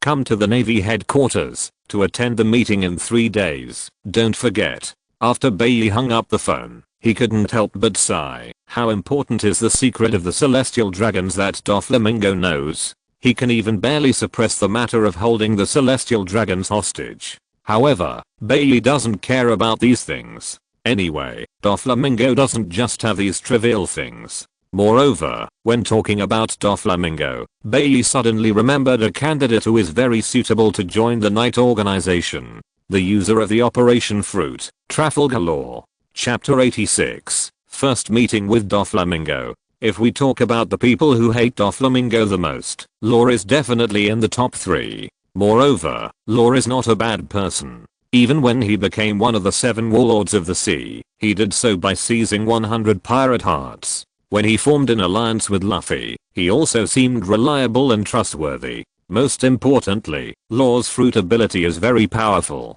If he is trained well, he will be an absolute admiral. As for whether Law will accept Bai Ye's invitation, this is not within Bai Ye's consideration at all. At that time, Bai Ye told Law that he could help him kill Doflamingo on the condition that he joined the Knight organization. I guess he would agree without even thinking about it. Not to mention joining the Knight organization, he would not even frown, even if he was asked to commit suicide. Now Law should have formed the Heart Pirates in the North Sea, and is still adventuring in the first half of the Grand Line. At that time, it would be very simple to use his position to collect the location of the Heart Pirates. 3 days later, Bai Ye arrived in Marineford. I wanted to see Mr. Zifa first, but as soon as I got off the ship, I was taken to the meeting room by the soldier who was in charge of leading the way. Along the way, Bai Ye clearly felt that the eyes of other naval officers around him were different. In the past 3 days, the news that Bai Ye defeated Jack has spread throughout the Navy headquarters. Many naval officers think that Bai Ye is so young and powerful, which is incredible. And some people, after learning what happened that night, think that Jack was attacked by Admiral Aokiji first and was injured, and was not in his prime. Bai Ye just took advantage. But only those who were there that night know how Bai Ye defeated Jack. But Aokiji, who is also a Navy, has been sent to the New World by Sengoku to guard the Navy branch base. 03 is a member of the world government, and it is impossible for him to come to the Navy to explain to Bai Ye, and it is even more impossible for Bai Ye himself to defend himself. Therefore, this kind of voice often rings in the Navy. Bai Ye doesn't care much about these. After all, there are such people everywhere. As long as no one is stupid enough to bring up this matter in front of Bai Ye can pretend that he didn't hear it. But if someone is really stupid, Bai Ye doesn't mind using his fist to help him wake up. Under the guidance of the soldiers, Bai Ye came to a small meeting room, which was simply decorated.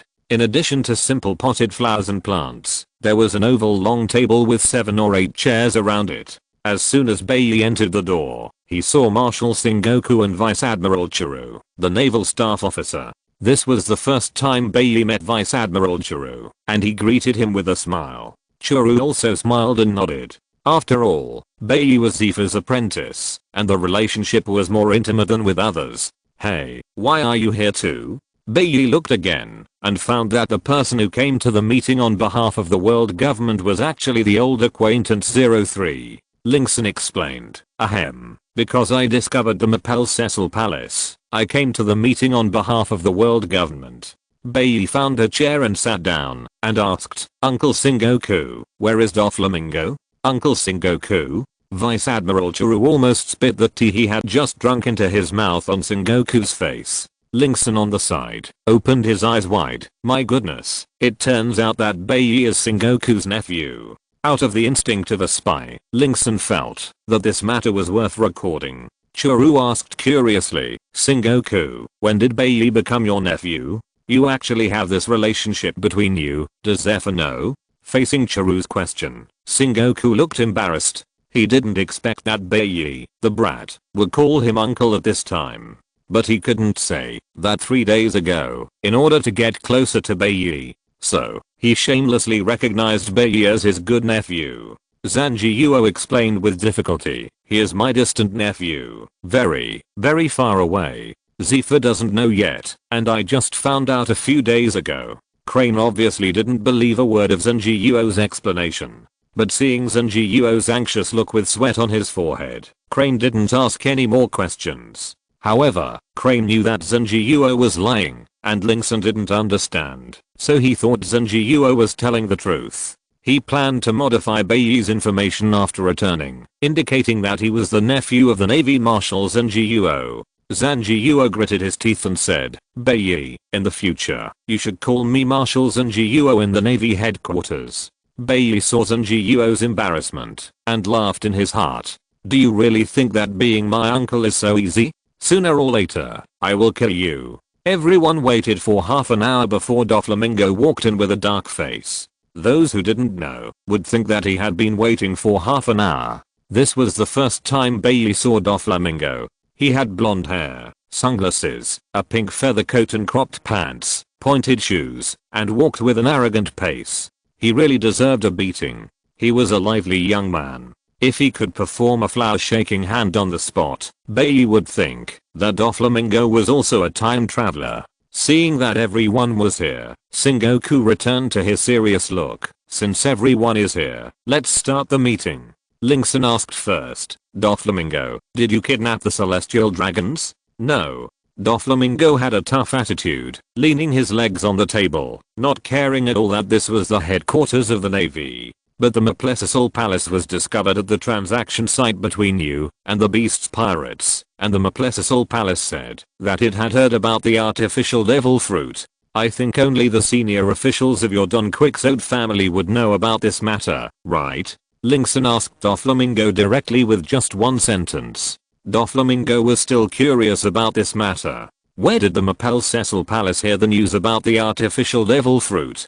Doflamingo's thoughts were surging, and he defended himself. Maybe the news of the artificial devil fruit spread out, and others deliberately framed me after knowing it. Spread out? Even the Navy and CP0 don't know about this news. Who else can know this news, except the senior cadres of the Don Quixote family? In fact, there are some. The Beast's pirates, as the other party to the transaction, naturally know about it. But if you suspect that the news was spread by the Beast's pirates, others will suspect that there is something wrong with your brain. Seeing that Doflamingo was silent, 03 didn't ask anymore. Sengoku asked, Doflamingo, do you have anything else to say? Doflamingo suppressed his murderous intent and asked, I want to know who killed Tremble? Bai Ye on the side said faintly, are you talking about that disgusting snot man? I killed him. I remember that I cut him in half with one sword.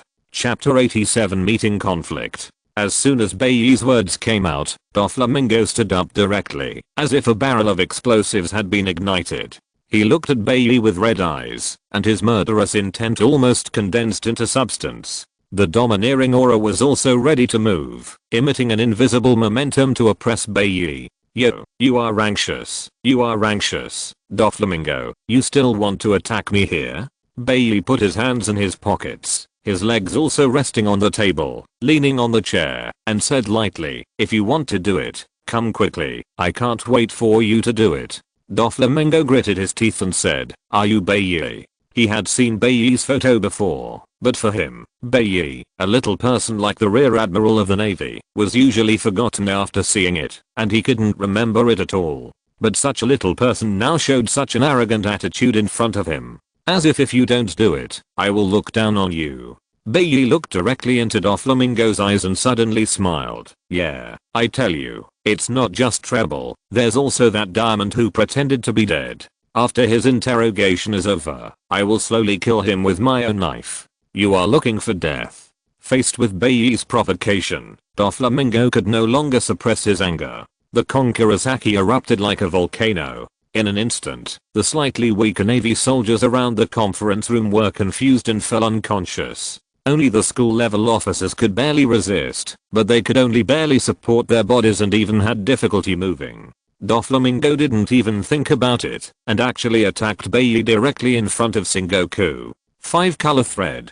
Doflamingo's right hand was in the shape of an animal claw, grabbing Bai Ye, and the 5 fingertips extended almost transparent thin threads.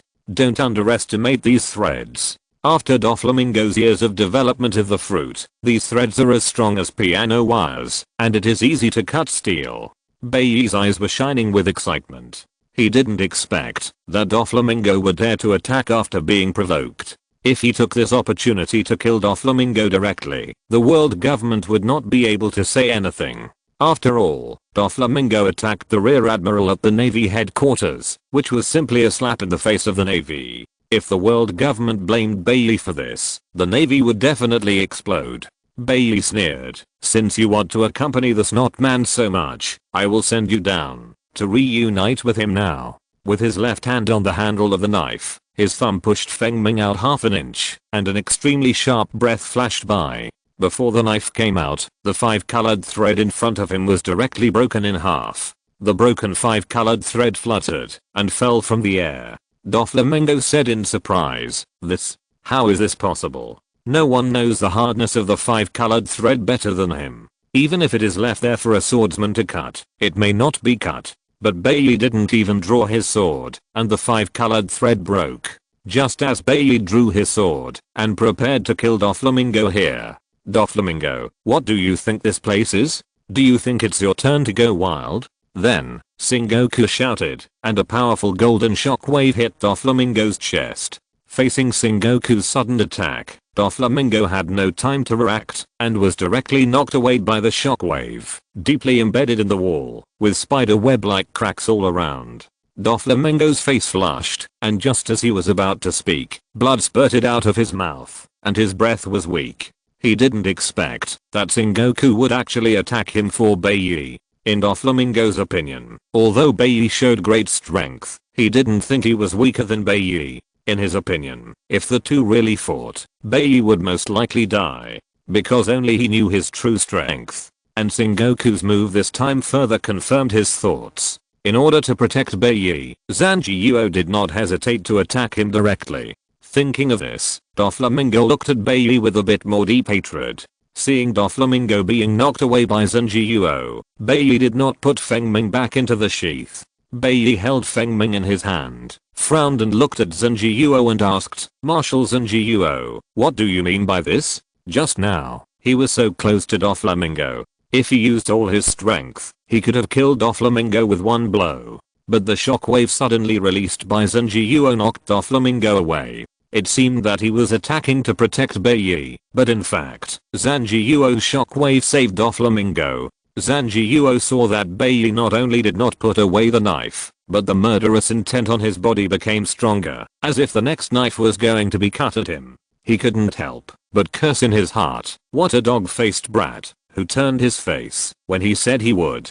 Just now you were calling your uncle Sengoku affectionately, but now you actually want to attack your uncle. In fact, Sengoku stopped Bai Ye from killing Doflamingo for Bai Ye's own good.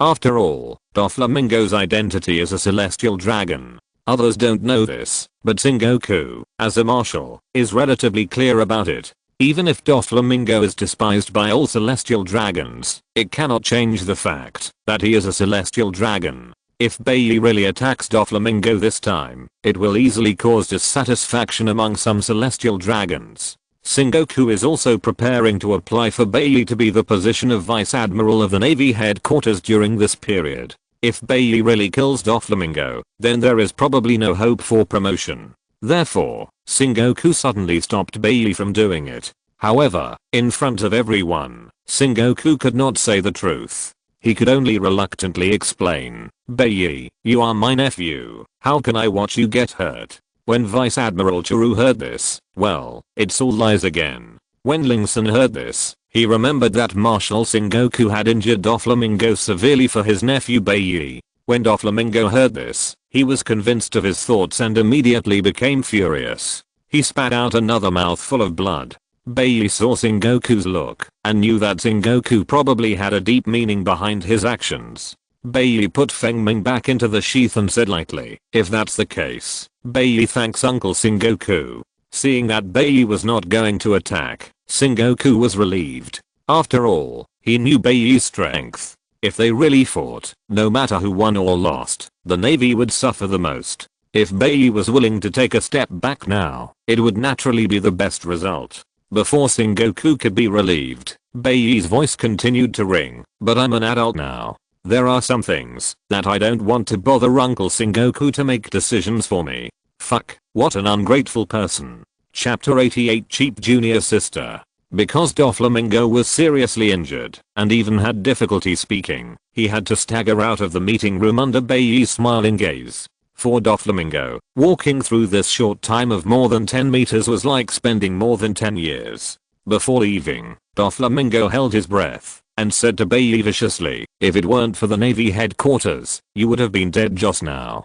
Be careful when you go out to sea in the future, otherwise you won't even know how you died."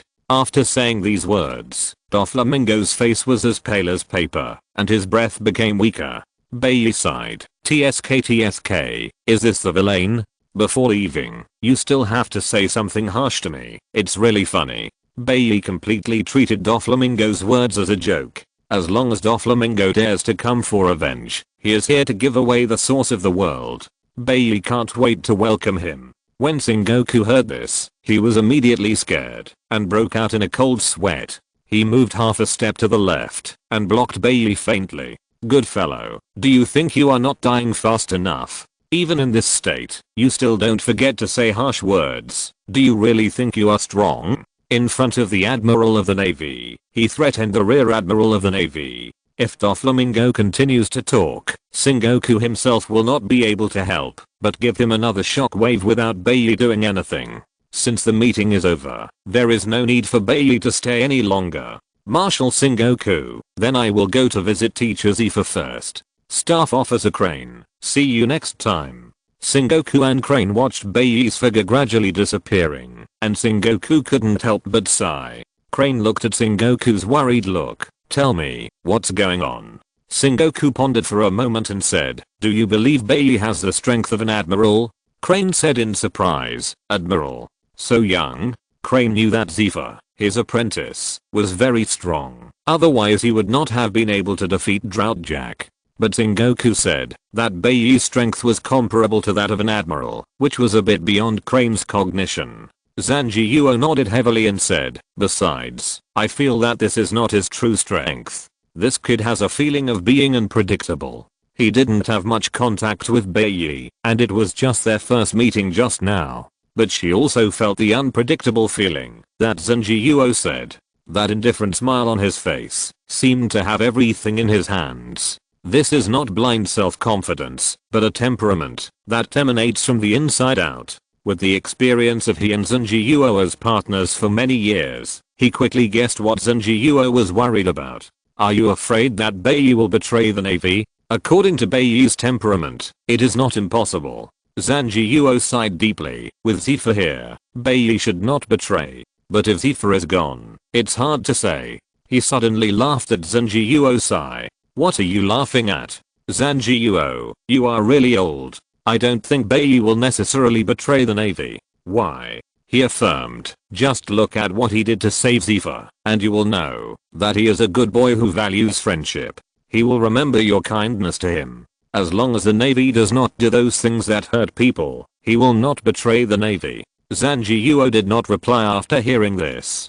Sanji Yuo understood these principles, and he also knew Bai Ye's temperament. However, the Navy did not want to do things that hurt people, but I'm afraid that the Navy will have to do it at that time. Now, Bai Ye can only have more recognition of the Navy. When Bai Ye came to the Navy training camp again, he felt as if he was in another world. Although he had been away for only a few months, his strength had changed dramatically. Brother Bai Ye had just stopped at the door for less than half a minute when he heard a girl calling sweetly. Looking back, he saw Rain with long wavy sea blue hair standing beside him. Bai Ye teased, hey, isn't this little Ain? Why are you here? Teacher Zephyr said that you will come to the Navy headquarters for a meeting today. After the meeting, you will definitely come to the training camp, so he asked me to wait for you here. Facing Bai Ye's teasing, Ain blushed and responded, and looked at Bai Ye quietly with a bit of admiration in her eyes. Because the news that Bai Ye defeated Drought Jack has spread in the Navy headquarters. In addition, Bai Ye showed great strength when he saved Teacher Zephyr last time. Therefore, many students in the training camp admire Bai Ye very much. As Zephyr's apprentice, Ain heard Teacher Zephyr talk about Bai Ye every day and was very curious about Bai Ye. This time, when he heard that Bai Ye was coming to the training camp, he volunteered to wait at the door. Bai Ye did not notice Ain's expression. After all, in Bai Ye's view, it is normal for people to look at him more when he is so handsome. Led by Ain, the two walked towards Teacher Zephyr's office. During this journey, Bai Ye also experienced the feeling when he and Garp first came to the Marine headquarters. All the students who saw Bai Ye would greet Bai Ye excitedly and respectfully call him senior brother Bai Ye. Even the members of the anti-Bai Ye alliance were no exception. After finally getting rid of the crowd, he came to Teacher Zephyr's office. As soon as he came in, he saw Zephyr holding a teacup and reading the newspaper leisurely. Ain knocked on the door and said, Teacher Zephyr, senior brother Bai Ye is here. Teacher Zephyr, I'm here to see you. Bai Ye smiled and greeted. Yes, you are here. Zephyr raised his eyes to Bai Ye, put down the teacup in his hand, and read the newspaper again. Bai Ye was confused. What does it mean? Does this mean you don't welcome me? Bai Ye approached Zephyr and said with a smile, Teacher Zephyr, how is your injury? Zephyr glanced at Bai Ye. Thanks to you, the injury that was supposed to take a week has become half a month. Obviously, Zephyr was still angry about Bai Ye encouraging the students to sleep more. You know, since that time, many people have been late for the morning training every day, and some even don't come. And when they give the reason, they are very confident, saying that it was taught by senior brother Bai Ye, and that one can become a great swordsman after a good sleep. Zephyr almost fainted at that time. If Zephyr hadn't taken ruthless action and changed this bad habit in time. Otherwise, the morning training in the training camp can be cancelled in the future, so that everyone can sleep together. Just when Bai Ye was embarrassed, Zephyr suddenly asked, I heard that you are going to the Seven Water City. Bai Ye quickly responded, yes, I plan to build a boat of my own. Then you can take Ain with you. Ah. Is there a problem? No. No. Ain's pretty face flushed, and she buried her head deeply in her chest. If you're listening to this novel on a channel other than Fanfic World, it means they downloaded and uploaded it without effort. We cordially invite you to visit our channel, Mundo Fanfic Novelos. There you'll find the original version of this story and you can explore many other novels of various genres. We're waiting for you to immerse yourself in a world of incredible novels. Chapter 89 Sightseeing Trip. After seeing Bai Ye agreed, Zifa smiled and asked Bai Ye to sit down quickly. After Bai Ye sat down, he looked helpless. Teacher Zifa, do you think you can have this attitude when asking people to do things? Zifa's face was stern. Is it not okay for me to have this attitude when asking people to do things? Okay, you are awesome. Ain, who was standing aside, looked at Bai Ye's embarrassed look, covered her mouth and laughed secretly. Her big and smart eyes narrowed into a crescent shape. Zifa smiled and explained, Ain, she won the first place in the assessment of this training camp, and she has learned everything she should learn. But she still lacks some experience in sailing on the sea. I thought you were a bad boy, so I'll let Ain learn some experience from you and see more of the dangers of society. Well, the old man really didn't treat me as an outsider. He said this directly in front of me. Bai Ye wanted to take a mirror to see if the word bad guy was written on his face. By the way, what did you talk about in the meeting today? Bai Ye did not hide anything and told Zifa everything that happened in the meeting. When Zifa heard that Doflamingo dared to attack Bai Ye in front of Sengoku, he was so angry that he almost smashed the table. But after hearing that Sengoku severely injured Doflamingo in order to save him, his anger dissipated a little. Zifa sighed with emotion. Don't blame Sengoku. In fact, Sengoku is doing this for your own good. Doflamingo's identity is a bit special. If you really kill him, you will get yourself into big trouble. Bai Ye collapsed on the sofa and crossed his legs. He was very comfortable, but he was very unpresentable. Ain opened her red lips slightly and looked at Bai Ye with a little surprise in her eyes. She didn't expect that Bai Ye, who was unparalleled in momentum outside, could now pose in such a lazy posture. I know that. Doflamingo's true identity is a celestial dragon. Zephyr was surprised. You knew that, and you still dared to kill him. Bai Ye said with a smile. Can't celestial dragons be killed? Hearing this, Zephyr and Ain were stunned. Killing celestial dragons? They didn't even dare to think about such a thing, let alone do it. Zephyr looked serious and reminded Bai Ye, it's better to say less such things in the Navy.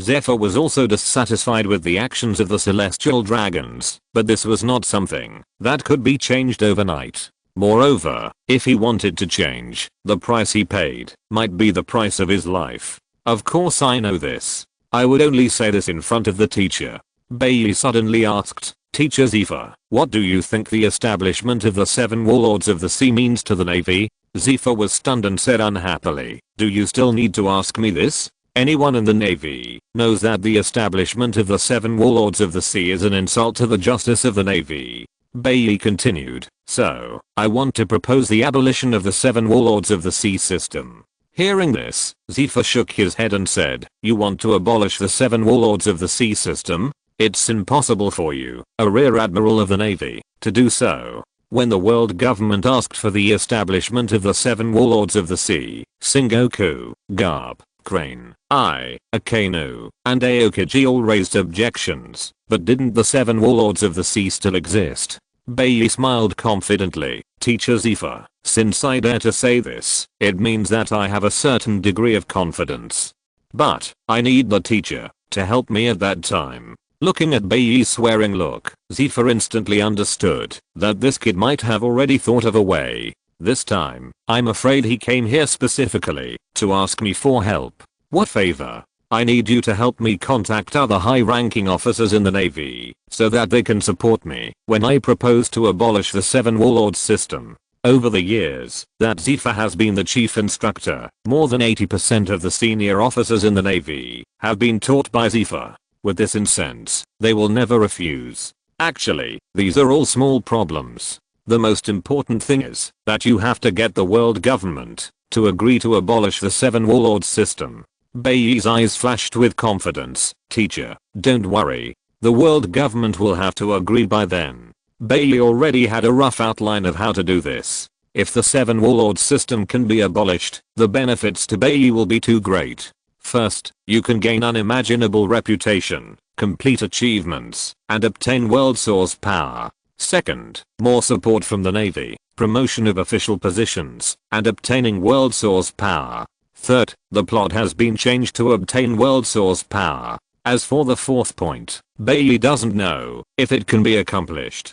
But if it can be accomplished, you can get another free admiral combat power, which is too good.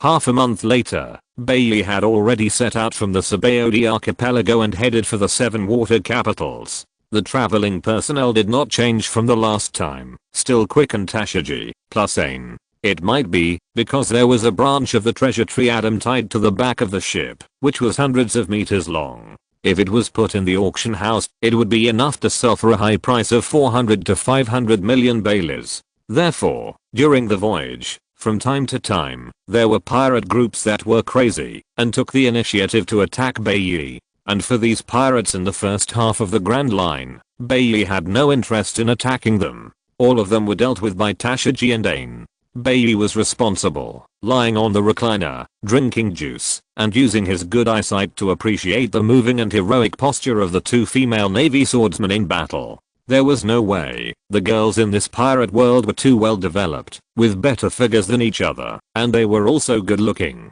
When the battle started, my goodness, it was so turbulent, and any man who came would not be able to help but take a few more glances. Of course, except Sonic. This reminded Bai Ye of the kindness of teacher Zifa. He was afraid that he would be bored on the road, so he specially asked the beautiful woman Ain to be a feast for his eyes and kill his loneliness. If Zifa knew Bai Ye's thoughts, he would probably want to kill this traitor with his own hands. And Quick was responsible for teaching the dishonest soldiers on the ship. Whenever a soldier couldn't help but secretly look at Tashigi and Ain fighting on the pirate ship, Quick would appear behind the soldier, slap the soldier on the head, and shout loudly, "Is this something you can watch? If you watch it again, next time you will be asked to deal with the pirates you meet." Under Quick's strict watch, the soldiers on the ship restrained their eyes. Bai Ye was very satisfied with Quick's performance. It must be said that Quick has the potential to carry forward the industry of lackeys. However, Bai Ye's watching was not in vain. After all, as a great swordsman, he could personally teach Tashigi and Ain 2 moves at will, which could make them make great progress in kendo. This made Tashigi and Ain even more excited, and they rushed to show off in front of Bai Ye. This made Bai Ye's eyes go straight. Chapter 90. The first target. The 7 water city is composed of 7 connected islands. The city is connected by complex waterways, and travel or transportation of goods basically relies on water transportation. The warship was docked on the shore, and Bai Ye admired the blue 7 water city. A 3-layer fountain was built in the middle, forming several water channels from top to bottom, passing through various places in the city. This is a city that can only be seen in anime. Moreover, compared with the pictures in anime, you can better appreciate the beauty of this city when you see it with your own eyes. Tashigi and Ain also came to the 7 water city for the first time. As soon as they arrived here, they were deeply attracted by the beauty here. Bai Ye looked at the excitement of the 2 and smiled. "Now that it's vacation time, you don't have to follow me, just walk around the city by yourself." Hearing this, Tashigi and Ain were so excited that they wanted to hug Bai Ye and kiss him hard. In the blink of an eye, the 2 ran away. Because the shipbuilding technology of the 7 water city is top notch in the sea, it attracts many people who need shipbuilding. Among them are pirates. On the way here, Bai Ye saw no less than 4 pirate groups. However, in the first half of the Grand Line, Bai Ye did not think that there were many pirates who could pose a threat to Tashigi and Ain. When these pirates recognized Bai Ye's ship as a rear admiral standard warship, they all avoided it, fearing that they would be targeted. A rear admiral of the Navy headquarters still had enough deterrence for them. Bai Ye ordered Quick, you just stay on the ship to prevent some blind guys from taking a fancy to our branches. Major General Bai Ye, don't worry. Bai Ye jumped off the ship. This time Bailey did not wear a major general's uniform, but changed into a shirt and shorts, with Feng Ming on his waist. He looked like a swordsman who came to the Seven Water City for fun. He came to the Seven Water City to build a ship. In order to make full use of the treasure tree Adam, he would naturally choose the best shipbuilder in the Seven Water City. As for the selection of shipbuilders, Bailey had already thought it through. According to vague memories, Bailey found the bar in his memory in the bustling city. Bruno Bar. This name is really honest. Bailey stood at the door of the bar, holding the scalloped pork he bought when he was looking for the way. The meat tasted fresh and delicious, and it was quite addictive. Bailey's first stop was to find Bruno, a member of CP9 who disguised himself as a bar owner. Although Bruno's strength was not strong in the anime, his fruit ability was extremely amazing. The superhuman door fruit, any object touched by the ability user's hand will become a door, and can be opened, and the door can be opened anywhere, to enter and exit freely. It can be used as half of a space fruit. With this fruit, assassination, escape, and reconnaissance will become extremely safe. It is a perfect fruit. Unfortunately, it was eaten by Bruno, a fool. But it's not a big problem. Even if he can't get the door fruit, it's good to get Bruno, a person with the ability. Bailey frowned subconsciously as soon as he pushed the door open and went in.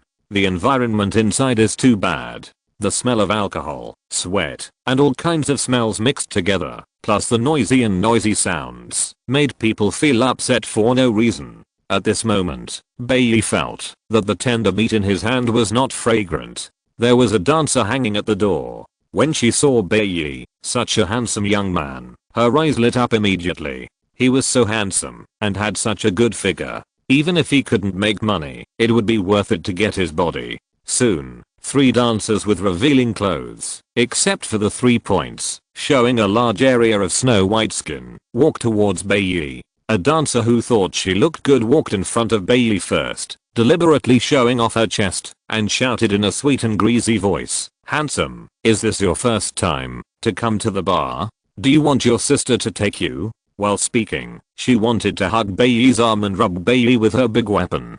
Bailey took a half step back and frowned, saying, "Get out. What kind of rubbish is this? How dare you covet my body?" The 3 dancers were stunned. They had been in the industry for so many years, and this was the first time they had seen someone like Bailey asking them to get out.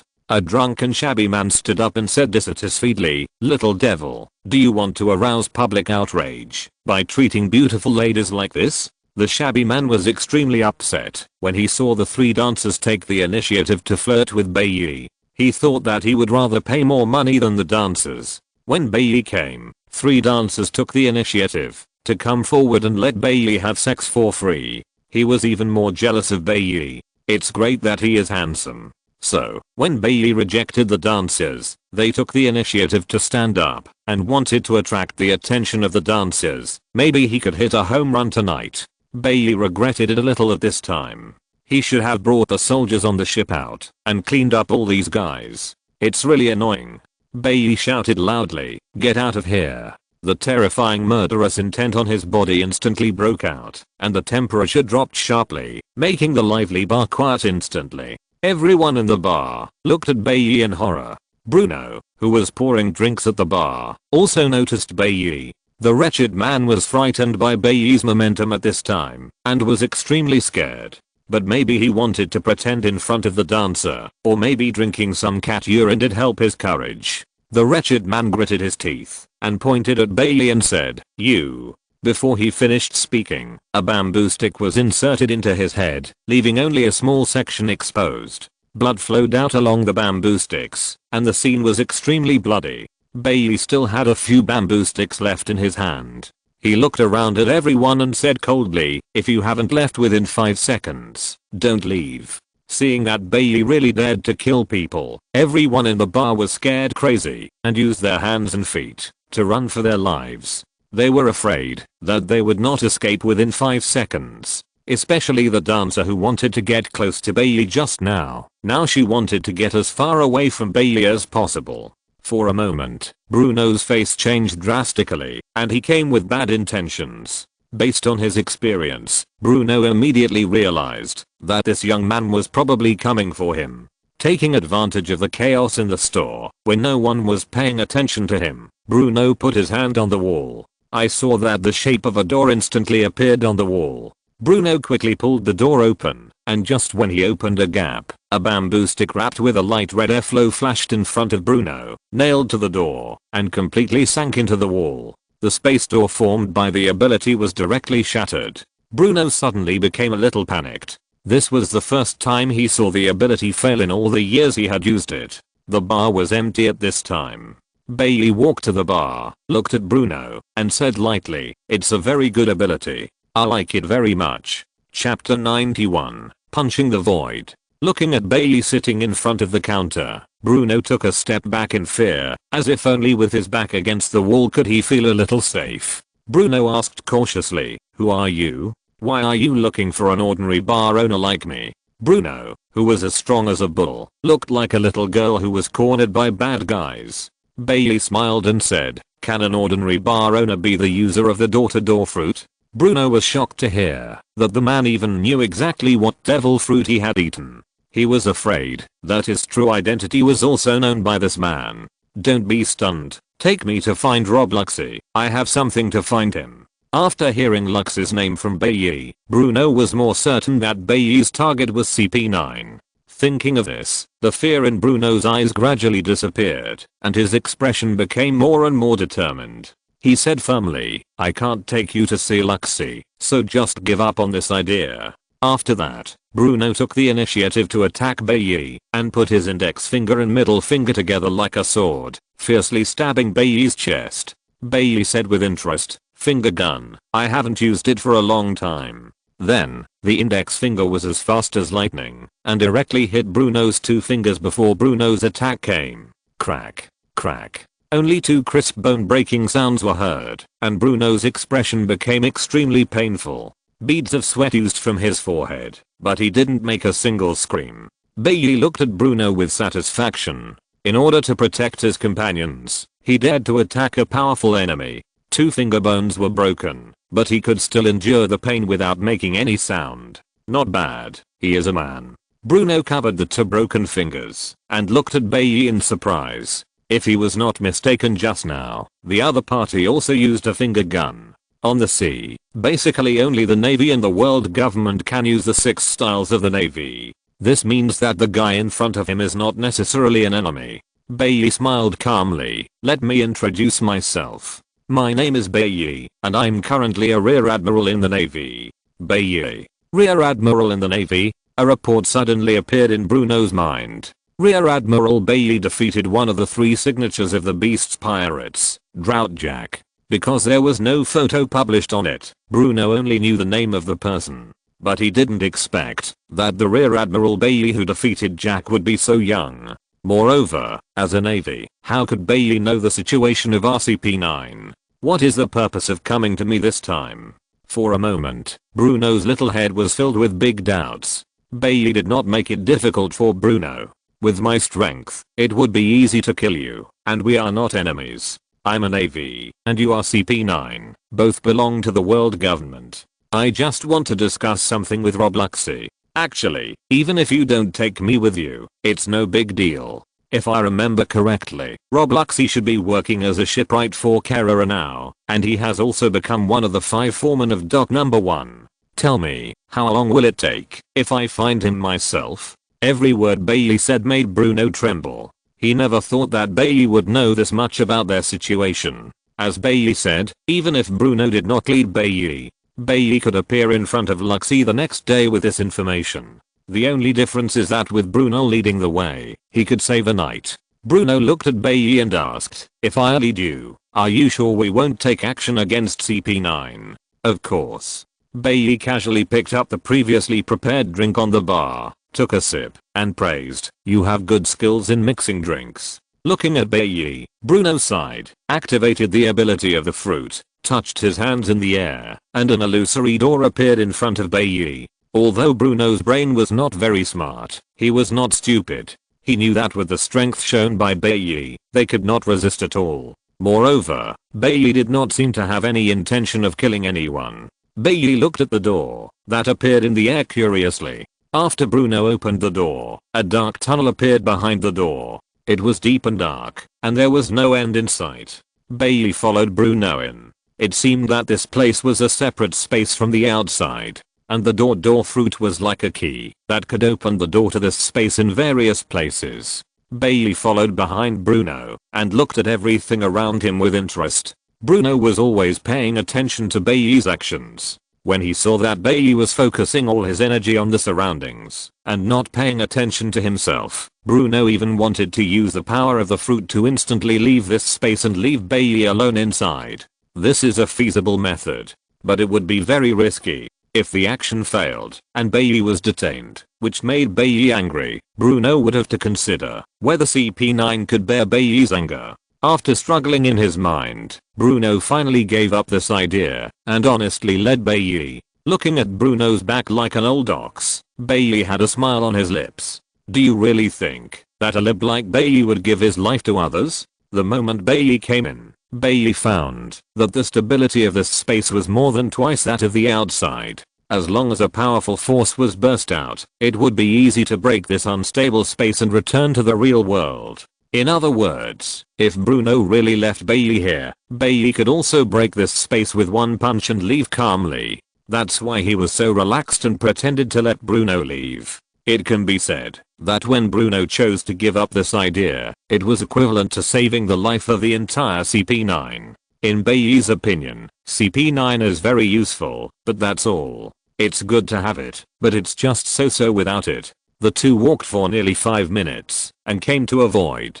Bruno stopped and said, "This corresponds to Lux's room. I hope you can keep your word.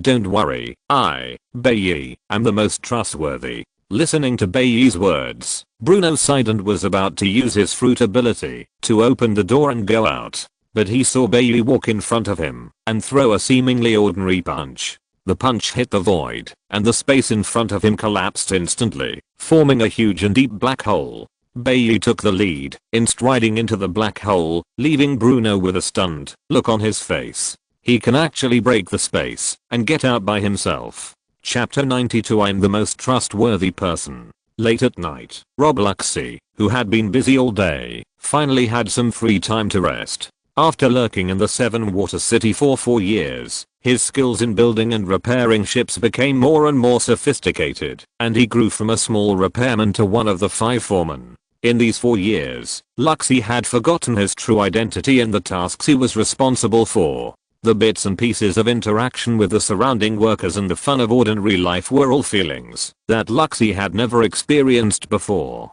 Luxy sat on the edge of the bed, looked up at the bright moon in the sky, and murmured, "If it could always be like this, how great it would be." After that, Luxy smiled bitterly and shook his head. Such things could only be thought of. Just as Luxy was about to lie down to rest, he suddenly noticed that there was something wrong with the wall beside the bed. Is this Bruno's fruit ability? Luxy frowned.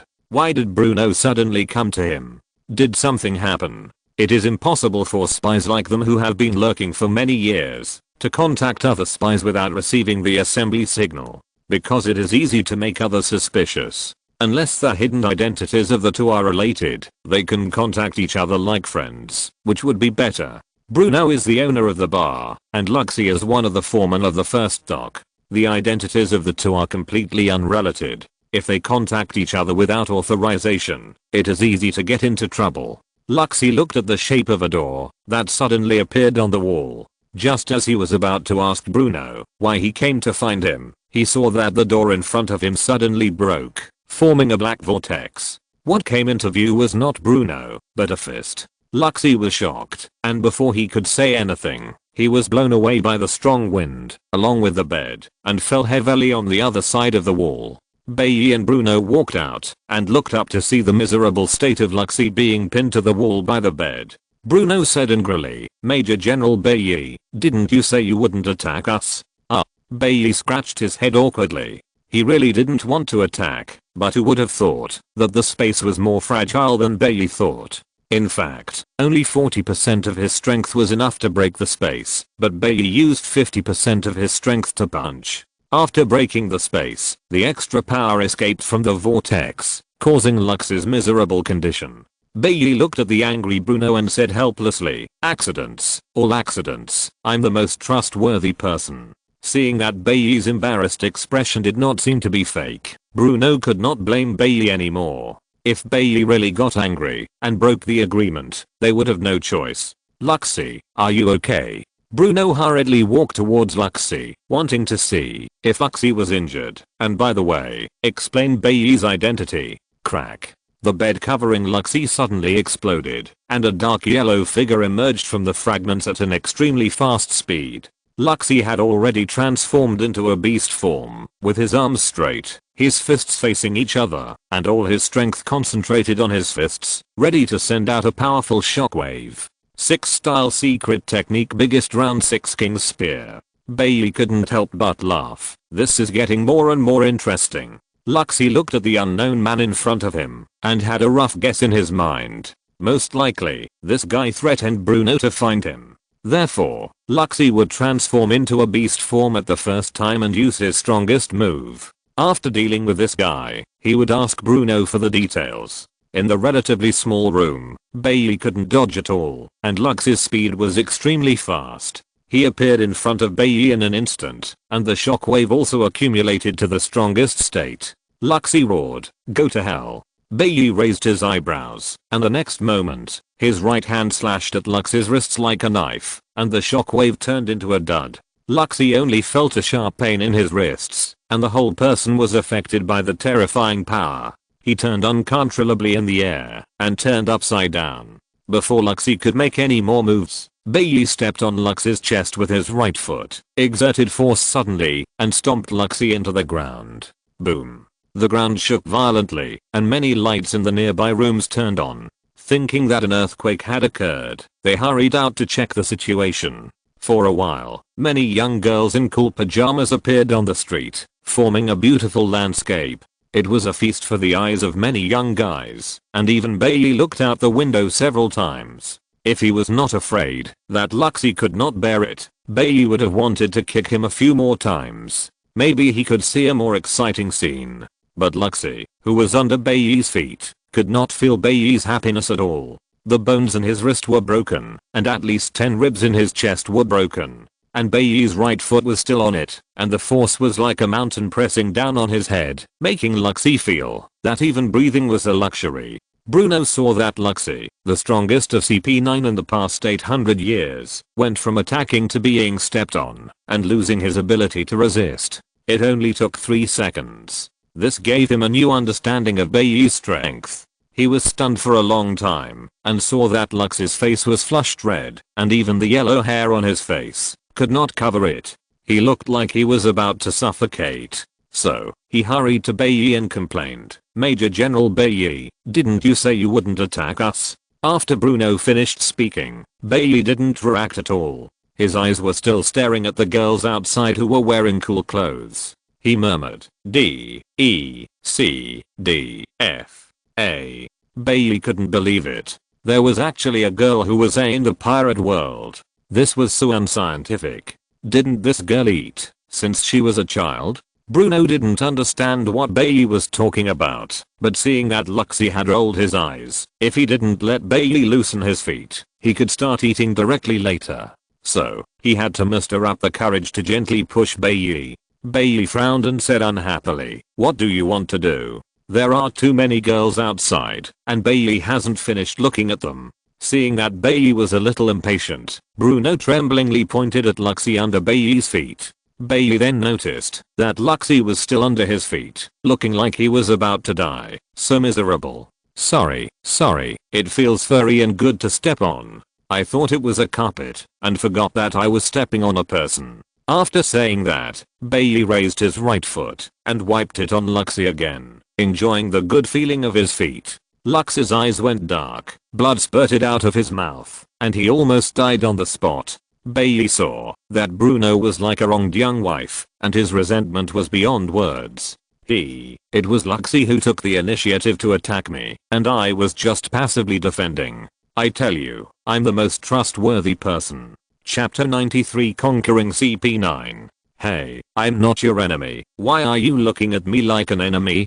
Facing the unfriendly eyes of the CP9 people, Bai Ye leaned on the sofa, spread his hands, and shrugged helplessly. Luxie, with the help of Bruno, barely stood up and asked weakly, "Major General Bai Ye, I don't care how you know our hidden identities.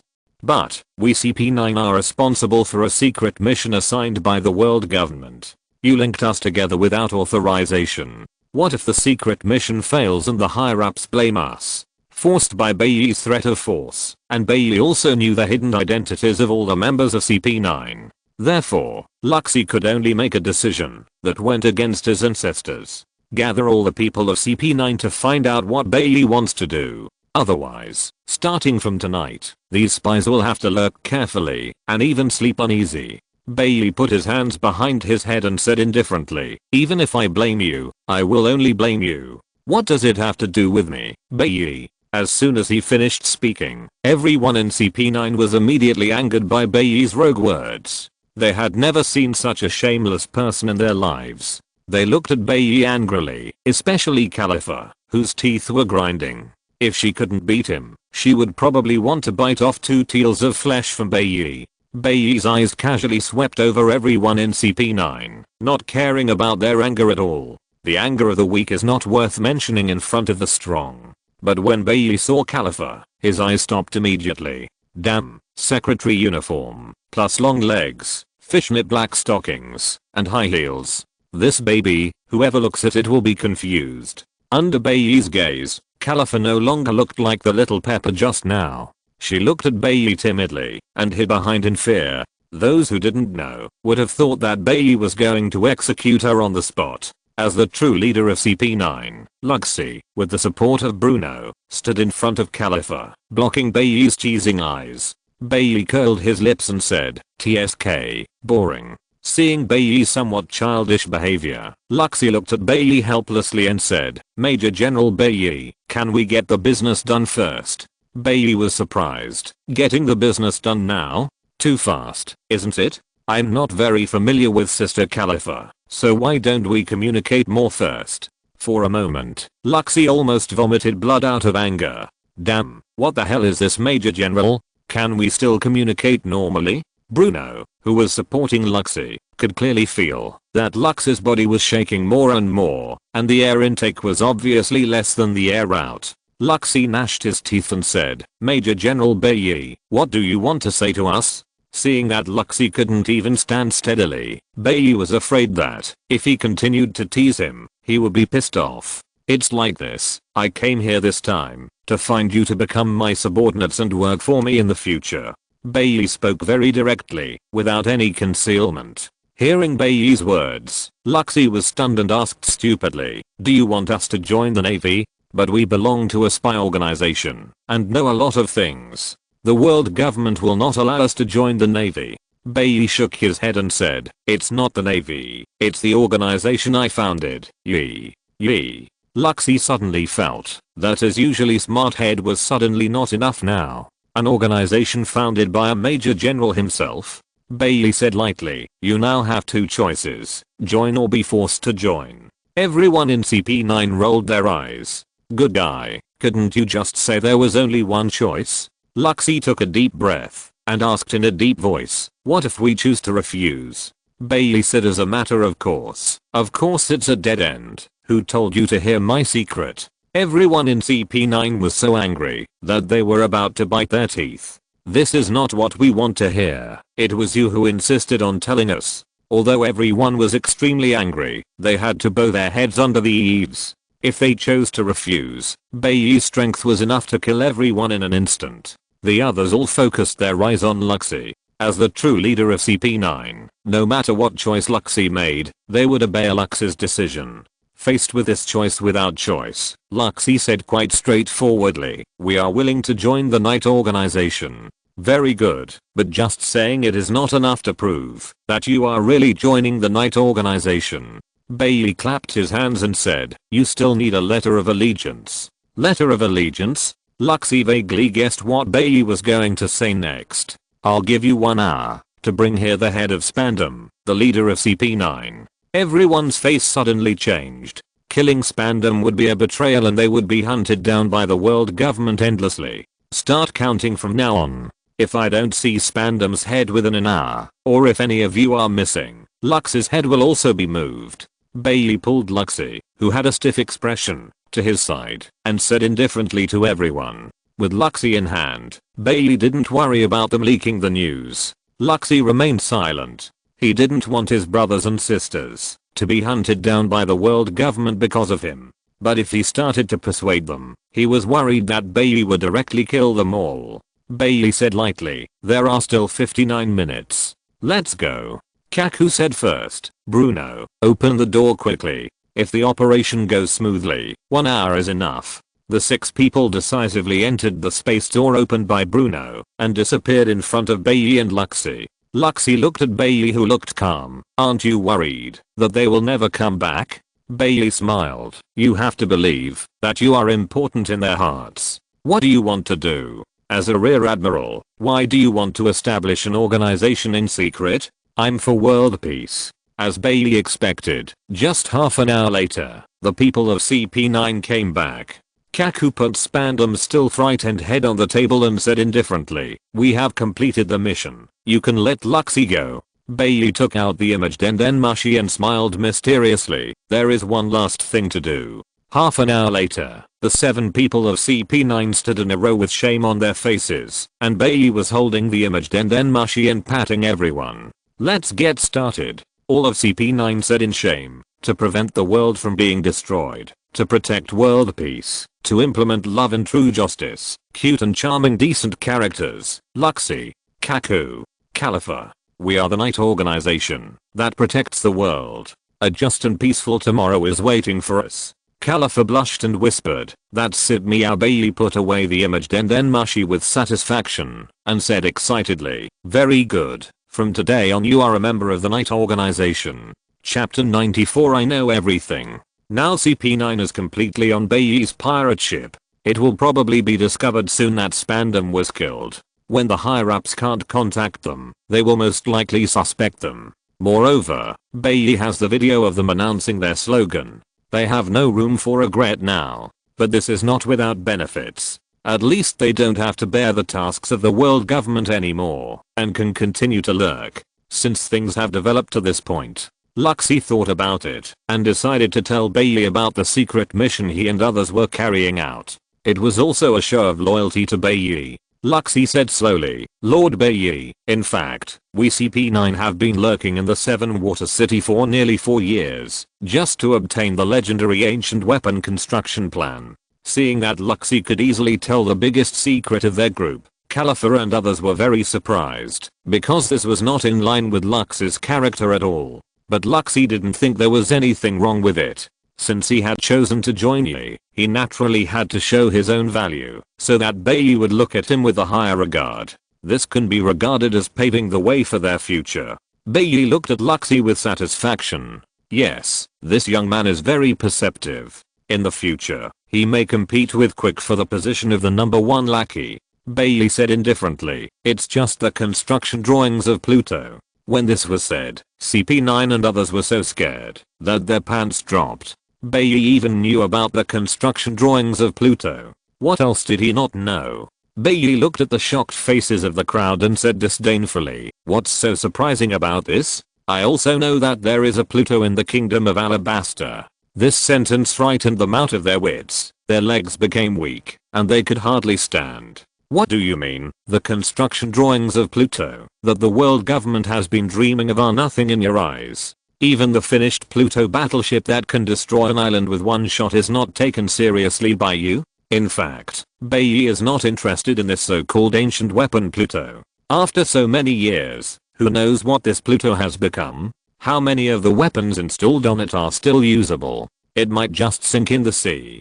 Besides, Pluto can destroy an island with one shot. No matter how strong it is just an external object. Those who pin their hopes on external objects are weak, and only when they are strong can they be truly strong. When my degree of integration is higher, I can destroy an island with one punch. Isn't that great? Seeing that everyone seemed to have not recovered from the shock, Bai Ye said, "Since you have joined the Ye organization, you should have a long-term vision. Work hard to improve your own strength, and don't think about those small trivial matters. The goal of our organization is world peace. Bai Ye's words made Luxie and others feel as if they had joined a very remarkable organization that even ignored ancient weapons. Everyone felt their blood boiling and was full of energy. Seeing everyone's energetic appearance, Bai Ye was very satisfied and said, "I have a task now that needs you to complete." Luxie resisted the discomfort in his body, stood up, and said expectantly, "Lord Bai Ye, just give the order, we promise to complete it." Bai Ye nodded. "This is indeed very suitable for you to do." Hearing this, various possibilities emerged in Luxie's mind: assassination, lurking, spying, hostage taking, etc. These are all the specialties of SCP-9. Moreover, this is the first time that Bai Ye has assigned them a task, and they must complete it perfectly without any shortcomings. "I just want to build a ship with the branches of the treasure tree Adam as the keel. Aren't you and Kaku one of the 5 foremen of the shipyard? This matter is handed over to you. You must build it for me." "Lord Bai Ye, don't worry, shipbuilding?" Luxie was stunned.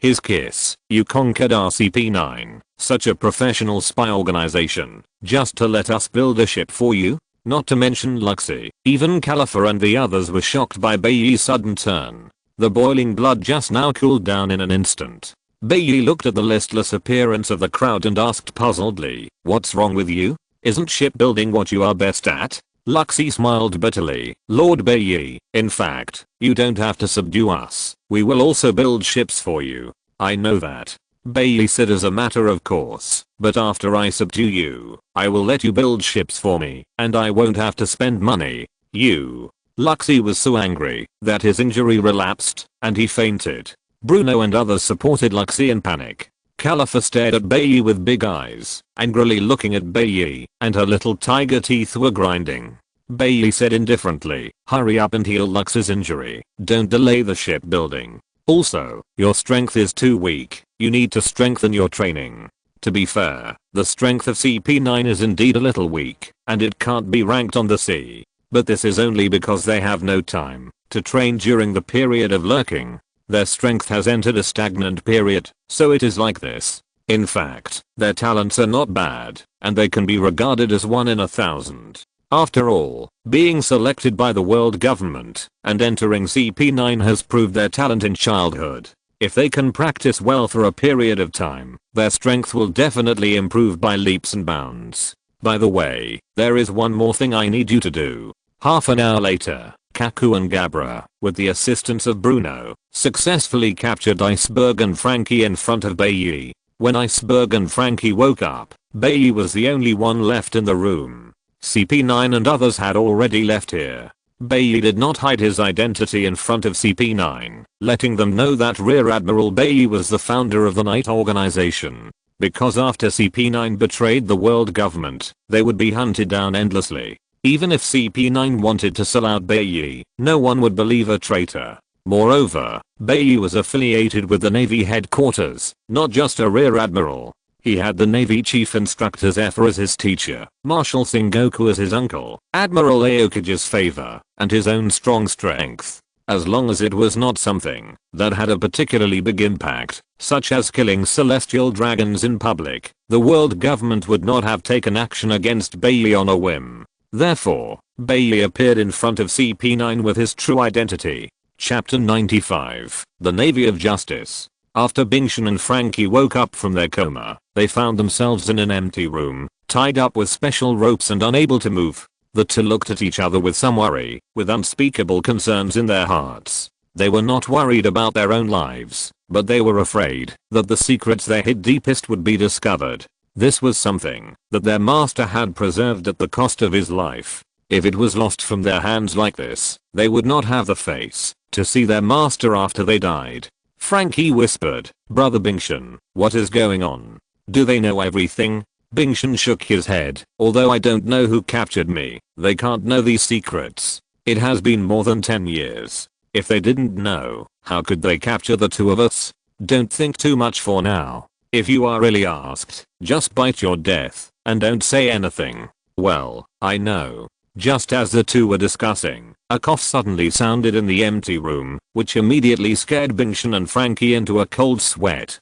"Damn. Is this room haunted?" Why did the cough suddenly sound? However, Bai Ye, who was sitting not far behind Bingshan and Frankie, looked helplessly at the two brothers, who were looking around very vigilantly. Because it was late at night, the waning moon was also blocked by the dark clouds, so the room was dark. Bai Ye was sitting behind them, but they didn't notice his presence. They began to discuss in front of Bai Ye without restraint, as if they were afraid that Bai Ye didn't know that the construction drawings of Pluto were with them. I say, both of you, when discussing such confidential issues in the future, can you observe first to see if there is anyone around? The two looked in the direction of Bai Ye in the direction of the sound, and could vaguely see Bai Ye's figure. Seeing that there was really someone in the room, the two were almost stupid to death by their previous actions. Frankie thought about how he had been hiding his name and changing his identity for so many years, just to avoid people discovering his connection with Bingshan. In the end, he still told the secret in front of others. If he hadn't been tied up with a rope, Frankie would have wanted to hit his head and kill himself. As the mayor of the Seven Water City, Bingshan is a man who has seen big scenes. At this time, he was able to remain calm and said in a deep voice, "Who are you? Why did you tie us up?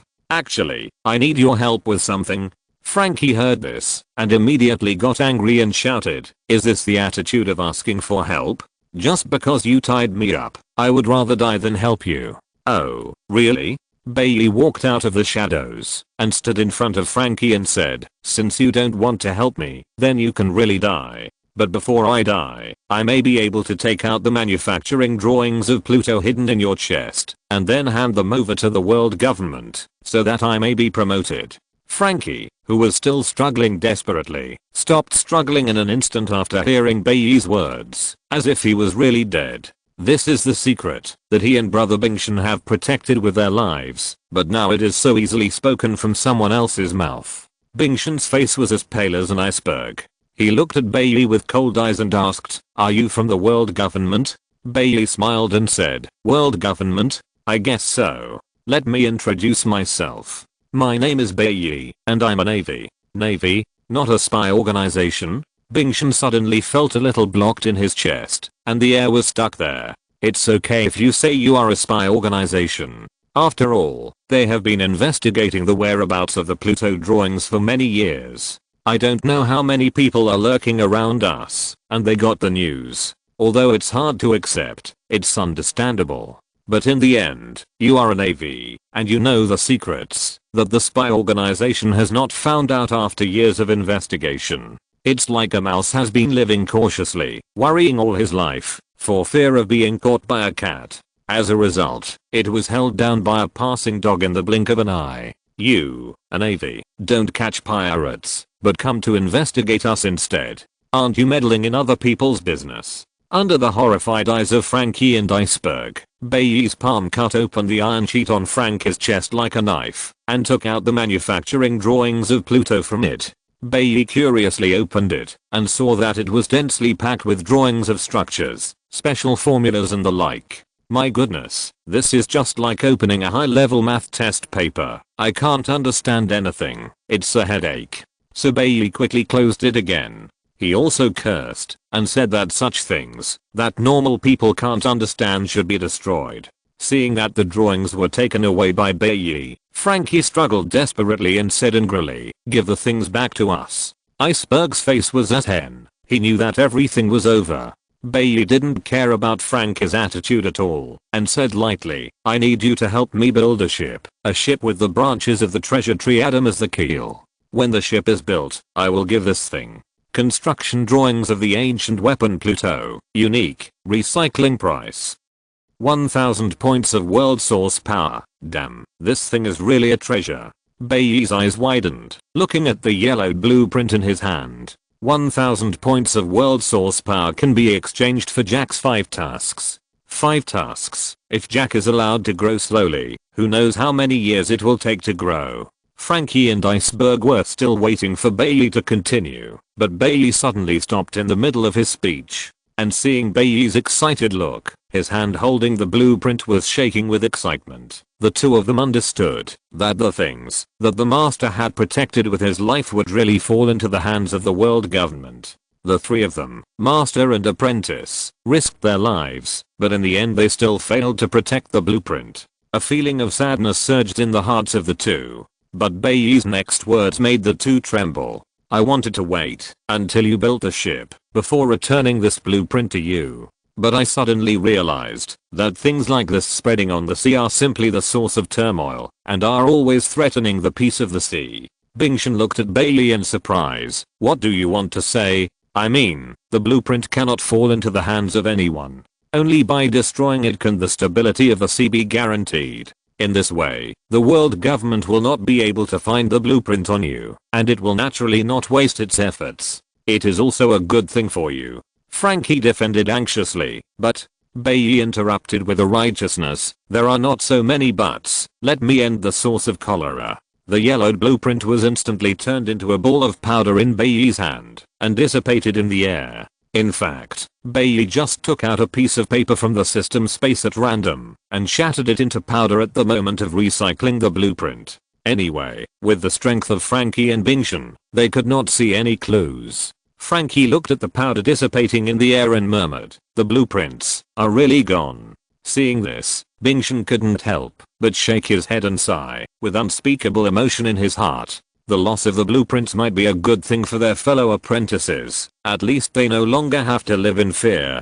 But Bingshan still couldn't figure out why Bai Ye did this. In the middle of the night, he abducted the two of them inexplicably, not from a spy organization that had been investigating them, but from a navy that had nothing to do with them. Moreover, this navy knew all their secrets, even that the blueprints of Pluto were hidden in Frankie's chest. The most outrageous thing was that when this navy found the forging blueprints of the ancient weapon Pluto that the world government had dreamed of, it actually destroyed it in front of them. If the people of the world government knew about this, they would probably faint on the spot. But what exactly was this navy trying to do? It couldn't be that he abducted them and told them a bunch of their secrets just to scare them, right? Iceberg thought hard, but couldn't come up with a reasonable excuse, so he could only ask, "Mr. Bai Ye, which side are you on? Didn't I say that I'm a righteous navy? In fact, I sent people to kidnap you this time to save you." Frankie and Iceberg gasped in confusion. "Saved us?" Bai Ye nodded heavily. "You probably haven't realized that the spy organization sent by the world government has been lurking around you for several years. The purpose, of course, is the construction drawings of Pluto on Frankie's body." Iceberg and Frankie did not question Bai Ye's words, because this was the usual method of the world government. And as I said, the Pluto construction blueprints cannot fall into the hands of the world government easily. Once the world government succeeds, the entire ocean will become turbulent.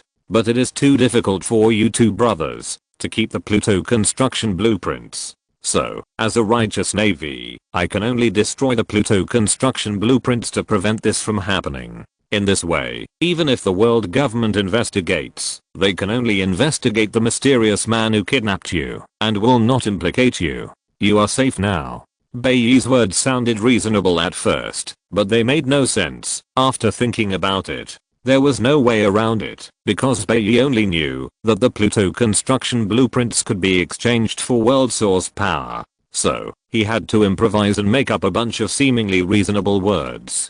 Frankie was obviously not smart enough and was fooled by Bai Ye, looking like he had suddenly realized something. But looking at the rope tied around his body, he wondered, "Then why do you have to tie us up?" Bai Ye said unhappily, "Didn't I say that I wanted you to help me build a ship?" Bingshan smiled bitterly, "But if you talk to us normally, we will also be willing to build a ship for you. Because I don't want to pay, I can only tie you up and threaten you to build a ship for me." Frankie was stunned, and it took a long time for him to recover and asked, "Didn't you say you are a righteous navy? Justice can't be eaten. Without money, even the most righteous navy will starve to death. So I can only resort to this last resort. I just want to ask you one question. Build it or not?" "Build it. We will build it." Before Frankie could speak, Bingshan spoke first. Unlike Frankie, the brainless junior brother, Bingshan was able to become the mayor of the Seven Water City because of his flexible mind.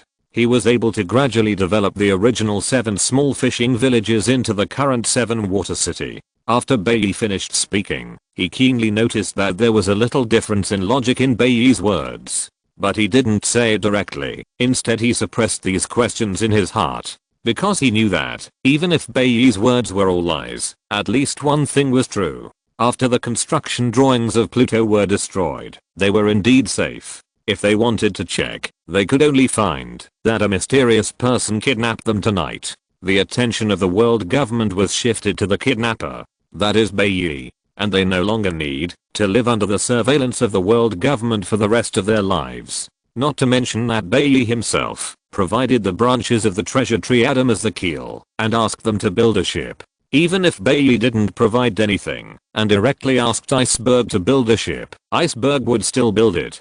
Because this favor is too great. Although Franky didn't understand what was going on, since senior brother Iceberg said he would build a ship for Bai Ye, he naturally wouldn't say anything. Anyway, now that he no longer has the construction drawings of Pluto, he is not afraid of the investigation of the world government at all. When Bingshan and Franky left, they looked at Bai Ye with a little gratitude. And they said that no matter what materials were needed for shipbuilding, they would be responsible for all of them. And Bai Ye only needed to come over to inspect the finished product in 2 months. Bai Ye was very satisfied with Bingshan's attitude. He liked dealing with such smart people. Moreover, after this night's tossing, Bai Ye almost got everything done.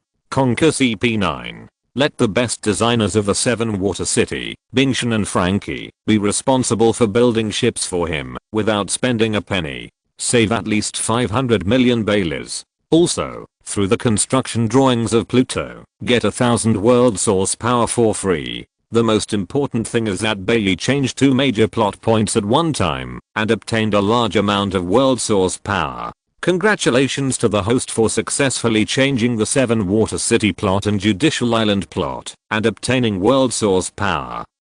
10,000 points, world source power.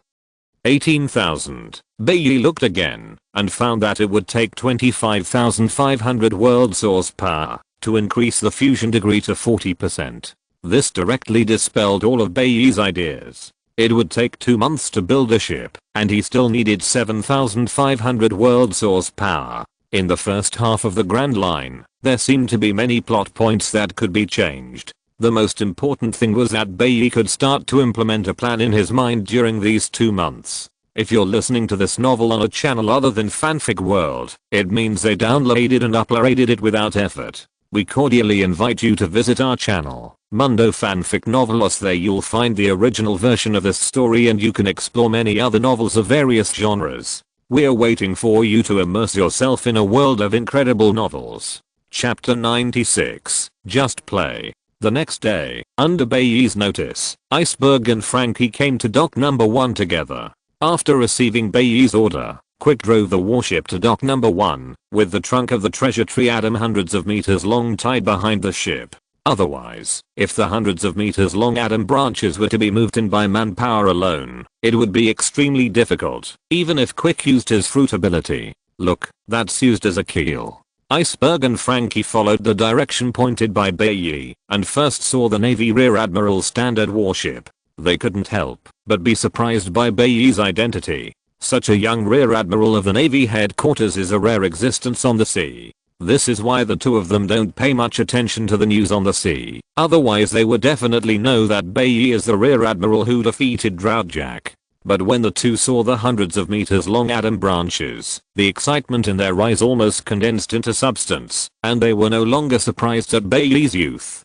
The two men rushed to the branches at an astonishing speed, and their big hands kept stroking the branches. It felt like they were touching their newly married young wife who they hadn't had time to touch yet. Their saliva was almost flowing out of their mouths. In fact, it was easy to understand why they became like this. Just like every great swordsman was extremely eager to get a supreme sword, and top shipbuilders like Iceberg and Franky were also extremely eager to use the branches of Adam to build ships. Back then, their master, the world's #1 shipbuilder Tom, used the branches of Adam to build the Oro Jackson for the pirate King Roger. This ship came to Raftel with Roger and has since left a strong mark in history. From then on, using the branches of Adam to build ships has been their long cherished dream. unexpectedly, today, there is actually a chance to realize it. Bai Ye looked at the excited looks of Iceberg and Frankie, with a bitter smile on his face. If he had known this would happen, why would he have tied them up? If they explained the situation directly, they would both be willing to build a ship for Bai Ye for free. However, if they didn't tie him up, they wouldn't be able to obtain the world's source power. Bai Ye looked around and suddenly saw that Bingshan had brought his secretary, Caliphate, with him. However, after seeing Bai Ye, Caliphate was too scared and quietly hid behind the crowd, so Bai Ye didn't notice it at the first time. At this time, Caliphate secretly hid behind the crowd, looking at Bai Ye from time to time through the gaps between people. If she had known that Bingshan came to dock number 1 to see Bai Ye today, she would have pretended to be sick and not come. Caliphate was still thinking about Lux's kind reminder that she shouldn't wear overly sexy clothes in front of Bai Ye next time. And Caliphate also kept this in mind. But when she went out today, she thought she shouldn't run into Bai Ye. So she changed into a pair of stockings with letters. But who would have thought that she would run into Bai Ye again? Just as Caliphate was thinking, she suddenly found that Bai Ye in front of her disappeared. Where is the person? Where did he go? Caliphate murmured. At this moment, a slightly teasing voice suddenly sounded from her ear. Little Caliphate, are you looking for me? The warm breath blew on Caliphate's cute earlobe, making Caliphate shudder. Caliphate tilted her head and found that Bai Ye, who had disappeared, was now looking at her with a smile on his face. Feeling the remaining warmth on her ear, the crystal clear earlobe instantly turned red. Out of defensive instinct, Caliphate subconsciously kicked Bai Ye with a whip kick. Bai Ye grabbed Caliphate's raised ankle, and his legs were quite slippery. Just as he was about to speak, he found that he saw something incredible. Damn, black lace. Is it so exciting? Caliphate noticed Bai Ye's shocked look and knew what Bai Ye saw, and her face was flushed. But her right leg was tightly grasped in Bai Ye's hand, and she couldn't take it back at all. Caliphate said in shame and anger, let go. It will be over soon. Don't worry. I'm going to scream. Caliphate just opened her mouth and was covered by Bai Ye's big hand, interrupting the spell. Bai Ye was scared and broke out in a cold sweat. Good guy, if I really screamed, I will never be a human being again. Fortunately, Caliphate was hiding behind the crowd, and no one noticed the ambiguous posture of Bai Ye and Caliphate. Fearing that Caliphate would scream after letting go, Bai Ye pretended to be vicious and threatened, I will let go later. If you dare to scream, you will be finished. Luxie can't save you, I said. Caliphate blinked and agreed. There was no way, the posture of the two was too ambiguous. If someone found out, no one would be a human being. Okay, then I'll let go. Just as Bai Ye was about to let go, two crisp voices with a hint of dissatisfaction suddenly came from behind him. Master Bai Ye. Senior brother Bai Ye. Damn, these are the voices of Tashaji and Ain. If they see me, my image as a gentleman will be ruined. Bai Ye quickly let go of Caliphate, put his hands behind his back, and pretended nothing happened. Tashaji and Ain appeared on both sides of Bai Ye like cats that smell blood, one on the left and one on the right, looking at Caliphate warily. Ain held Bai Ye's arm intimately and asked in a coquettish voice, Senior brother Bai Ye, who is she? Bai Ye felt the soft touch coming from his arm from time to time and cried out that he couldn't bear it. This is the secretary of Mayor Bingshan of the Seven Water City, because I handed over the shipbuilding business to Mayor Bingshan. I was just asking her why Foreman Luxie of dock number 1 didn't come to work today. Dashiki on the side also hugged Bai Ye's other arm. Lord Bai Ye, how about you accompany us shopping today? Bai Ye said firmly, I have something to do today. Let's do it another day. Bai Ye was almost unable to bear it with Ain alone, and with Dashiki, his second brother was about to stand up and wave the flag and shout. If it were a different time and a different place, Bai Ye would have to shout, my second brother is invincible, and then give Ain and Dashiki a good beating. But now it's not possible. Bai Ye pulled his arm out of the two men's arms with difficulty and asked Caliphate anxiously, where's Luxie? I need to find him for something. Lux's injury hasn't healed yet, he's still recuperating at home. No, I have something to discuss with Luxie, so I'll leave first. After saying that, Bai Ye fled in a hurry, and only when he could no longer see Doc number 1 did he let out a long sigh, wiped the sweat from his forehead, and said with emotion, "It was so dangerous just now." However, Bai Ye's face showed a smug look again, and he said, "If there are beautiful women, I won't pick them up. I'll just stay alone. Hey, just for fun." Chapter 97 Rapid Healing Potion. Bai Ye was walking on the way to Lux's house when an idea suddenly came to his mind. Since they were ready to promote the night organization, it would be better to have a uniform outfit, so that it would be convenient to expand the reputation of the night organization. Moreover, Luxy and others are now traitors hunted by the world government, and they cannot easily show their true faces. When performing tasks, they also need to wear a mask to avoid being recognized. Hey, isn't this the Akatsuki organization in the pirate world? Maybe there is really a way. After Bai Ye made up his mind, he didn't do these things himself. Instead, he was going to leave it to Califer and the others to do it. After all, as a boss, it is not reasonable to do everything by yourself. When Bai Ye arrived at Lux's house, he happened to see Bruno taking care of Luxy. At this time, Luxy was wrapped like a mummy, with dense white bandages wrapped around his body, leaning on the bed. Bai Ye was a little surprised and said, "Is your injury not healed yet? It's been a day." In Bai Ye's opinion, Lux's physical fitness is good, and he is also an animal type ability user, so his recovery ability should be super strong. Unexpectedly, Luxy now seems to have difficulty even walking, let alone going out to fight. Hearing Bai Ye's words, Luxy said with some resentment, "It's mainly because your strength is too strong. I can't withstand any kick from you. I need a lot of time to recover."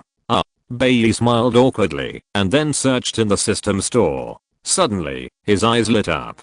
After finding the item he liked, Bai Ye directly retorted Lux's words, "I just know that you are too weak. Even if I hit you casually, you will spend a lot of time to recover, so I specially sent you medicine." Bai Ye pretended to take out a needle of reagent from his pocket. The emerald green liquid swayed in the syringe, revealing the breath of life. Quick healing potion, developed by the Hero Association. It can quickly restore the body's functional damage without leaving any hidden diseases. Price: 5 world source power. This is the first time Bai Ye found that such things are still sold in the store. But this is normal. After all, he has never been injured since he activated the system.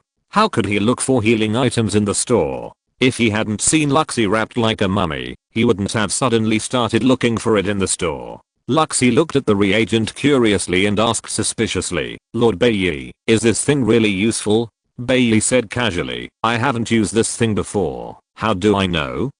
Lux's face darkened. "You haven't used it before, and you said it was specially given to me for healing. Isn't this treating me as a guinea pig? What if I die on the spot after the injection?" Bruno on the side thought silently. He knew that Lord Bai Ye would not be so kind as to send Luxy a healing potion. Seeing Lux's hesitant look with the potion, Bruno didn't dare to say much and could only silently wish Luxy good luck. Bai Ye smiled evilly and said, "Just inject it with confidence. If the reagent has a counterproductive effect and kills you, I will help you take care of Califer." Bai Ye naturally knew that the potion was effective. After all, it was exchanged from the store at a cost of 5 points of world source power, and the effect was definitely very good. But he didn't tell Luxy, wanting to see if Luxy would inject it. As the saying goes, when you live under someone's roof, you have to bow your head. Luxy faced Bai Ye's curious eyes, gritted his teeth, and inserted the needle into his arm, injecting all the emerald green liquid into his body. Sure enough, within 3 seconds, Luxy felt his whole body itchy and swollen, as if there were thousands of ants crawling inside his body. Moreover, those ants were still biting his flesh and blood, and he felt severe pain all over his body. The pain was like waves hitting Lux's brain. Lux's body rolled wildly on the bed, veins on his forehead and arms bulged, his face flushed, and his waist arched, like a steamed shrimp. The bandages on his body were all soaked with sweat. Damn, this thing is not really poison, right? If it really kills Luxy, the entire CP9 will be useless. Bai Ye hurriedly asked the system what was going on. Rapid healing potion. Because it is a rapid healing agent, it may cause some discomfort to the user during use. Looking at Lux's dying appearance, this is just a little discomfort. It can be used as poison. However, Lux's pain did not last too long. In less than 5 minutes, the pain receded like a tide, and Lux's brain gradually regained consciousness. Luxy said in a hoarse voice, "I survived? Wasn't that poison just now?" "Nonsense. This is a healing medicine I brought for you. Now get up and try to see if your injuries are all healed." Luxy stood up and found that he felt indescribably comfortable all over his body. All the previous injuries were gone, without any signs of injury. Moreover, not only the injuries caused by Bai Ye, but also the hidden injuries caused to his body by overtraining when he was young, also disappeared. After getting rid of the previous hidden diseases, Luxy even felt that his strength had improved a little. At this time, Luxy looked at Bai Ye, who looked confident, as if he had known such a result. Luxy could not help but feel a deep gratitude towards Bai Ye. Such a magical potion. He had never heard of it in all the years in the world government. Not to mention, being able to use it. Such a potion must be extremely expensive. If it spreads out, it will cause countless people on the sea to fight for it. After all, there are so many strong people on the sea, and they have experienced many battles. Who doesn't have hidden injuries? If they knew that there was such a potion, they would definitely exchange it at all costs. But now Lord Bai Ye is willing to use such a precious potion on himself. But I suspected that Lord Bai Ye was using me as a guinea pig to test the effect of the potion. I was still hesitant and didn't dare to use it. I'm really a piece of shit. So, Luxy knelt on one knee in front of Bai Ye in shock and said respectfully, "Master Bai Ye, thank you for the potion you brought. In the future, no matter what you ask, we CP9 will do our best to complete it."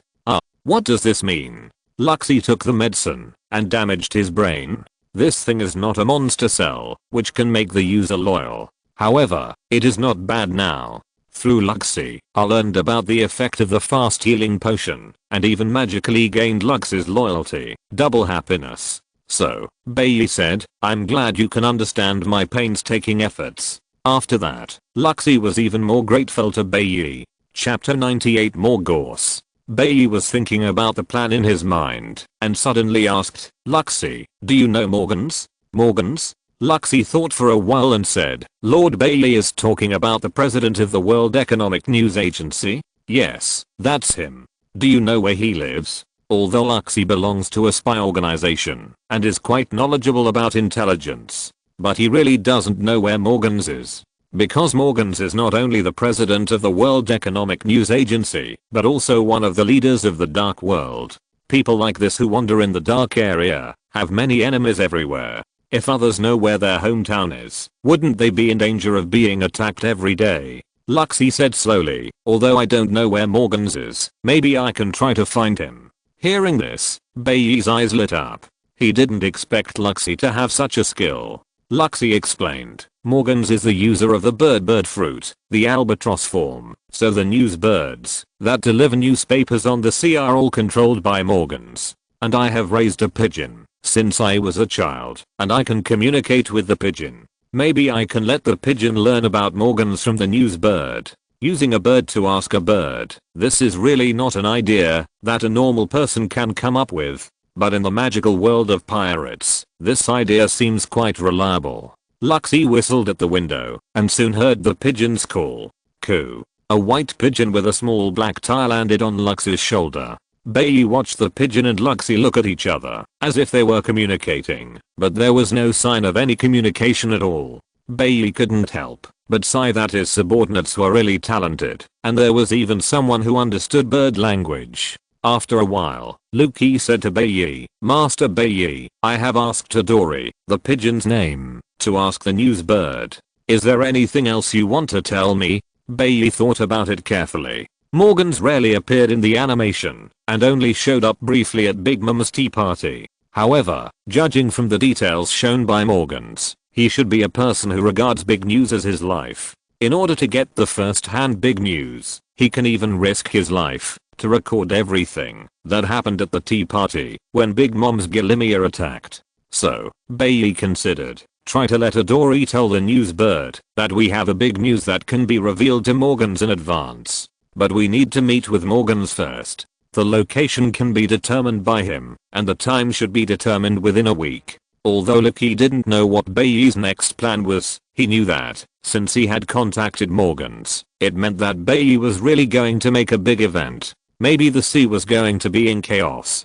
3 days later, Lucky came to Bai Ye. Lord Bai Ye, there's news from Morganus. Bai Ye was surprised. So soon? What did he say? We'll meet at Giant Island near the Seven Waters in 2 days. He also said that he hopes no more than 3 people from our side will go. If there are more than 3, this meeting will be cancelled. 3 people. It seems that Morganus is also very vigilant, fearing that his enemies have set a trap for him. Bai Ye suddenly asked, Morganus, setting the meeting place near the Seven Waters, does it mean that he knows we are in the Seven Waters? It should be. He should know the area that each newsbird is responsible for, but he should not be sure of our specific location and identity. Bai Ye smiled. It seems that no one who can become a giant of the dark forces can be underestimated. At that time, just me, you and Bruno can go.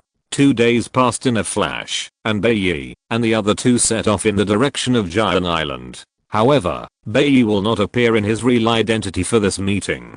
Bai Ye's current identity is the leader of the Night Organization. In order to hide his identity, Bai Ye even took off Feng Ming and gave it to Califa for safekeeping. The reason why he didn't give it to Tashaji and Ain was because Bai Ye didn't want to reveal his identity to them so early. The less they know, the safer they are. The 3 of them wore black crescent moon robes that covered their entire bodies. Luxie had a dove mask on his face, and Bruno had a minotaur mask, which made Bai Ye want to laugh. As for Bai Ye, he wore a pure black mask and a black dress, which made him look even more mysterious. On the island of Gaon, Morganus paced back and forth on the shore, looking anxious, muttering, what kind of big news could it be? Why haven't they come yet? I'm so anxious. The assistant looked around vigilantly and asked anxiously, President, do you think this is a trap set by the enemy? I think it's better to let the men lurking around us stay closer to us. Morganus said indifferently, even if it's a trap, so what? If this is really big news, I don't mind, even if I lose my life. As soon as he finished speaking, a chuckle came from behind Morganus. As expected of President Morganus, your desire for big news is really beyond the reach of ordinary people. Morganus and his assistant were startled by the sudden voice. Turning back, they saw 3 men in black robes and masks standing behind them. At this time, the assistant's heart was about to jump out of his throat. These 3 guys actually directly bypassed the protection of the bodyguards and appeared in front of them silently. This is really too terrifying. The feathers on Morganus' neck stood up, but he was not afraid, but excited. Morganus asked eagerly, what is the big news you are talking about? Bai Ye did not keep him in suspense, and said lightly, it is about the 7 warlords of the sea. The 7 warlords of the sea. Morganus felt that his blood began to boil. The 7 warlords of the sea is one of the 3 major forces in the Grand Line, and each of them is a great pirate with a reputation that resounds throughout the sea. Any news related to them will attract the attention of countless people. Bai Ye continued, we, the Night Organization, are preparing to eliminate one of the 7 warlords of the sea, but we need you to report the whole thing truthfully. If you can do it, I may look for your cooperation after this matter is over. Hearing this, Morganus became restless.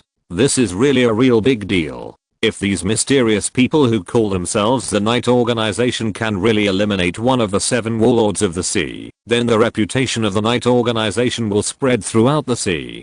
Chapter 99. Unlucky Journey. Morganus stroked his hands, his wings, and asked a little embarrassedly, well, can you tell me, in advance which Shichibuke you are going to deal with? Morganus knew that the question he asked was a bit too much. Because if this news was accidentally spread, it would easily attract the attention of the Shichibuke. This would undoubtedly add a lot of trouble to the mysterious Night Organization. But Morganus really couldn't suppress his curiosity. For him, big news is the meaning of his existence. Bai Ye said directly, Sand crocodile, this is our first cooperation. If everything goes well, we may have a second cooperation soon. I hope you won't let me down. This is out of confidence in his own strength. Even if Crocodile knows, what does it matter? If he can't even deal with Crocodile, Bai Ye will just hit his head and die.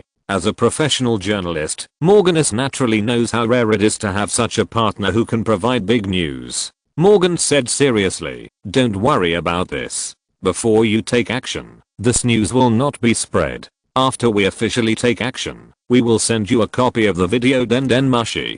And what you need to do is to spread the images recorded in the video Den Mushi to the entire ocean in the shortest time. Morgans patted his chest and assured, don't worry about this. With the dissemination ability of my news agency, within one day, it will be enough for everyone on the ocean to see this news. Then I wish us a happy cooperation. Bai Ye left a faint word and left directly in front of Morgans through the air door opened by Bruno. Looking at the strange way that Bai Ye and the other two left, Morgan's pupils shrank slightly. He finally knew how Bai Ye and the other two bypassed the bodyguards and appeared behind him. But even if he knew it, it would be useless. Because you have no way to stop this ability. Although Bruno's fruit ability is very useful, it is limited by his own strength and fruit development. This teleportation distance comparable to the anywhere door is not far. With Bruno's current strength, the farthest distance he can teleport is 3 kilometers away.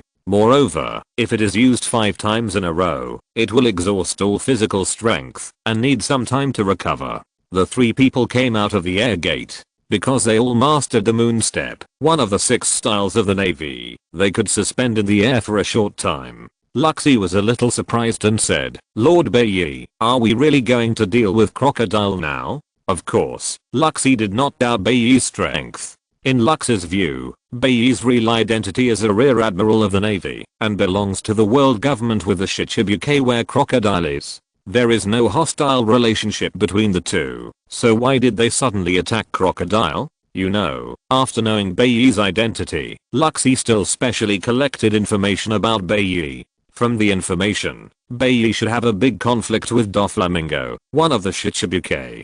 Facing Luxie's question, Bai Ye did not explain too much, but said lightly, when you arrive in the kingdom of Alabasta and learn about what Crocodile has done, combined with your declaration of joining the Night Organization, you will understand. Luxie was stunned for a moment. The organization's declaration? Could it be that it was really for world peace?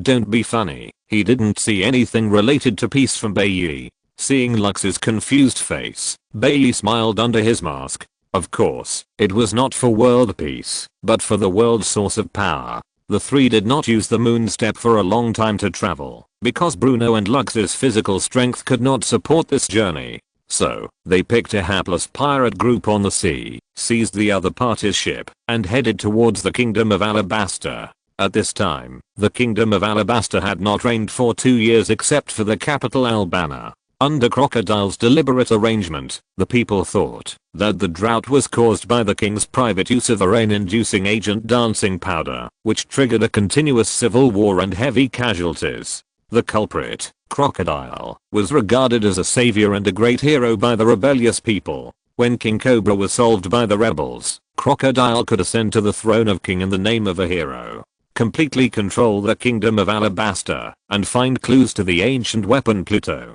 It can be said that with this series of plans, Crocodile lives up to the name of a hero. If it weren't for Luffy's hanging wall, and if he hadn't been able to forcibly defeat Crocodile, who possessed the ability of a natural sand fruit, without the ability to use Haki, he might have been able to successfully seize the kingdom of Alabasta and find the whereabouts of Pluto.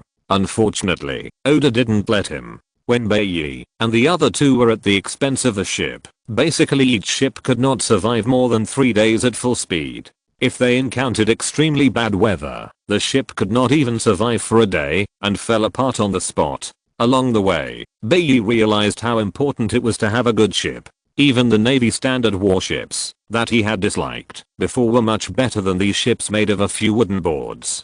Dark clouds covered the entire sky, and dark purple lightning roared down, stirring up countless waves.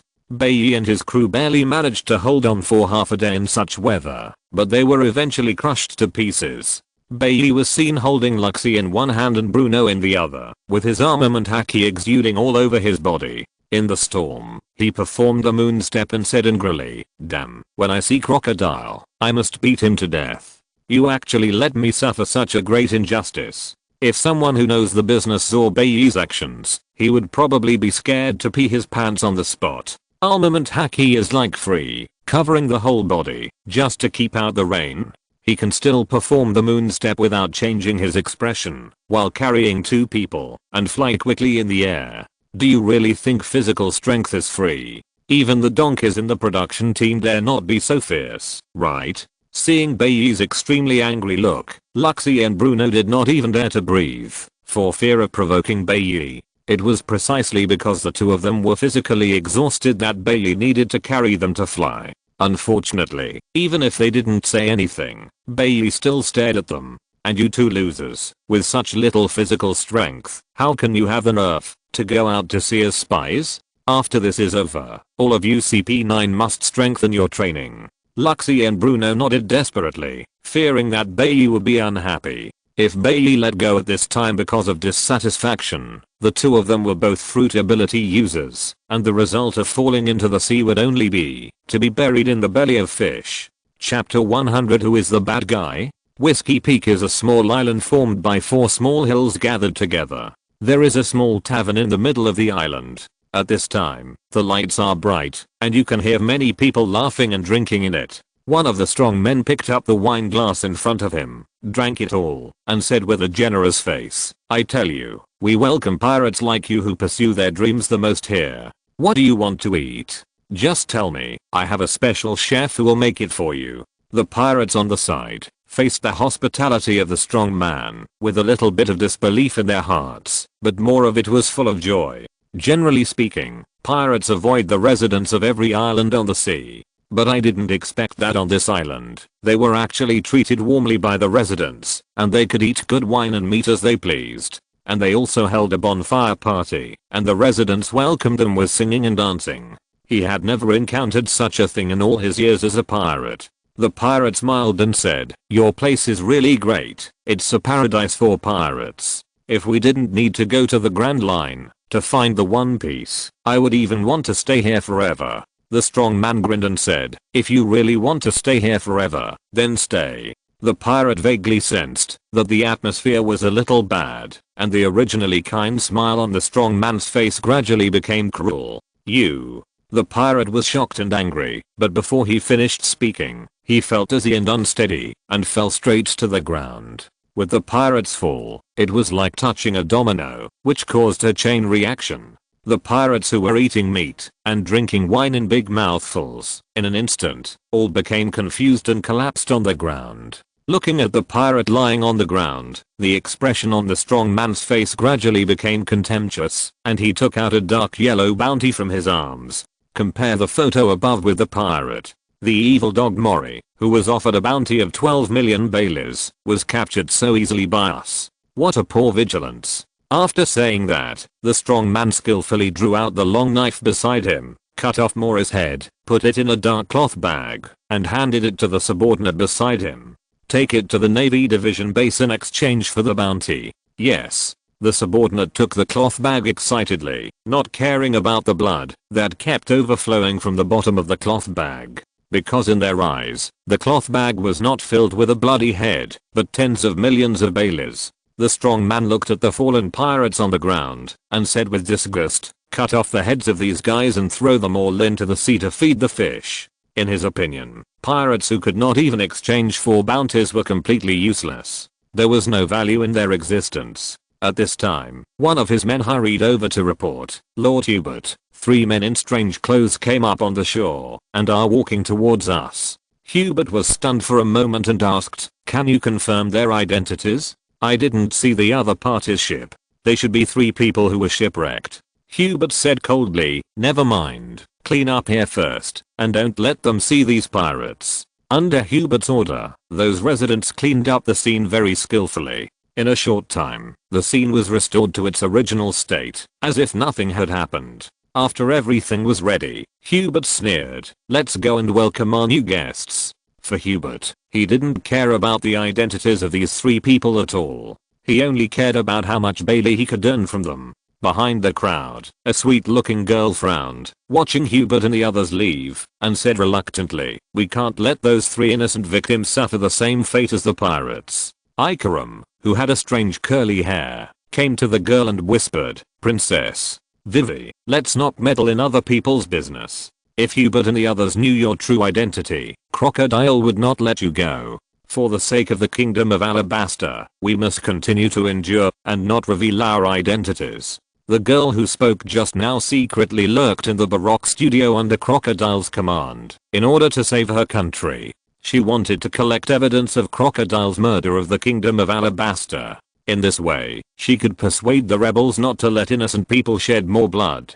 Ikaram secretly followed the captain of the palace guard who came out of the palace and was responsible for protecting Princess Vivi. There must be a way to ensure that our identities are not exposed and that the victims do not die tragically at the hands of Hubert and others. The 3 people who were regarded as fat sheep by Hubert were the 3 Bai Ye who flew over from the storm. Among the 3, only Bai Ye looked okay, except for a little fatigue. Luxie and Bruno were completely like drowned rats. The robes covering their bodies were wet and stuck to their bodies, making people feel very uncomfortable. However, for the 2 of them, apart from being uncomfortable, there was no other impact. Fever, cold, etc. were completely impossible. This island was the only island that Bai Ye had finally seen on the sea where he could rest, so he took the 2 of them to the shore. The 3 of them took a few steps towards the center of the island and met Hubert and others who came out to greet them. Lux's expression under the mask became serious, and he asked in a low voice, "Lord Bai Ye, these guys don't look like good people.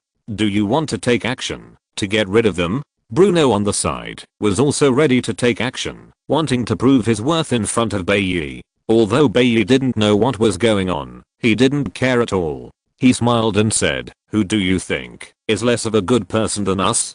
Don't do it yet. I want to see what tricks the other party wants to play." Well, that's true. In Lux's eyes, even the 4 emperors looked a little cute compared to Bai Ye. Hubert walked closer and saw that Bai Ye and the other 2 were wearing the same clothes and different masks on their faces. They looked extremely mysterious. It was obvious that they were not ordinary people who had suffered shipwrecks. Hubert's years of experience told him that these 3 guys were definitely 3 big fat sheep. Hubert's eyes flashed with excitement. He walked to Bai Ye with the crowd and said generously, "You 3 should have suffered a shipwreck, right? You must have suffered a lot on the sea. It just so happens that our town is holding a bonfire party with a lot of food. You can join us." Bai Ye took off his mask, revealing his handsome face, and smiled. "Okay, I like banquets the most." End of this chapter.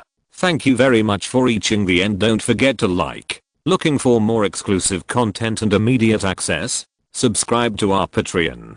Remember, every like, subscription, or donation encourages us to continue. Thanks to everyone. See you in the next video.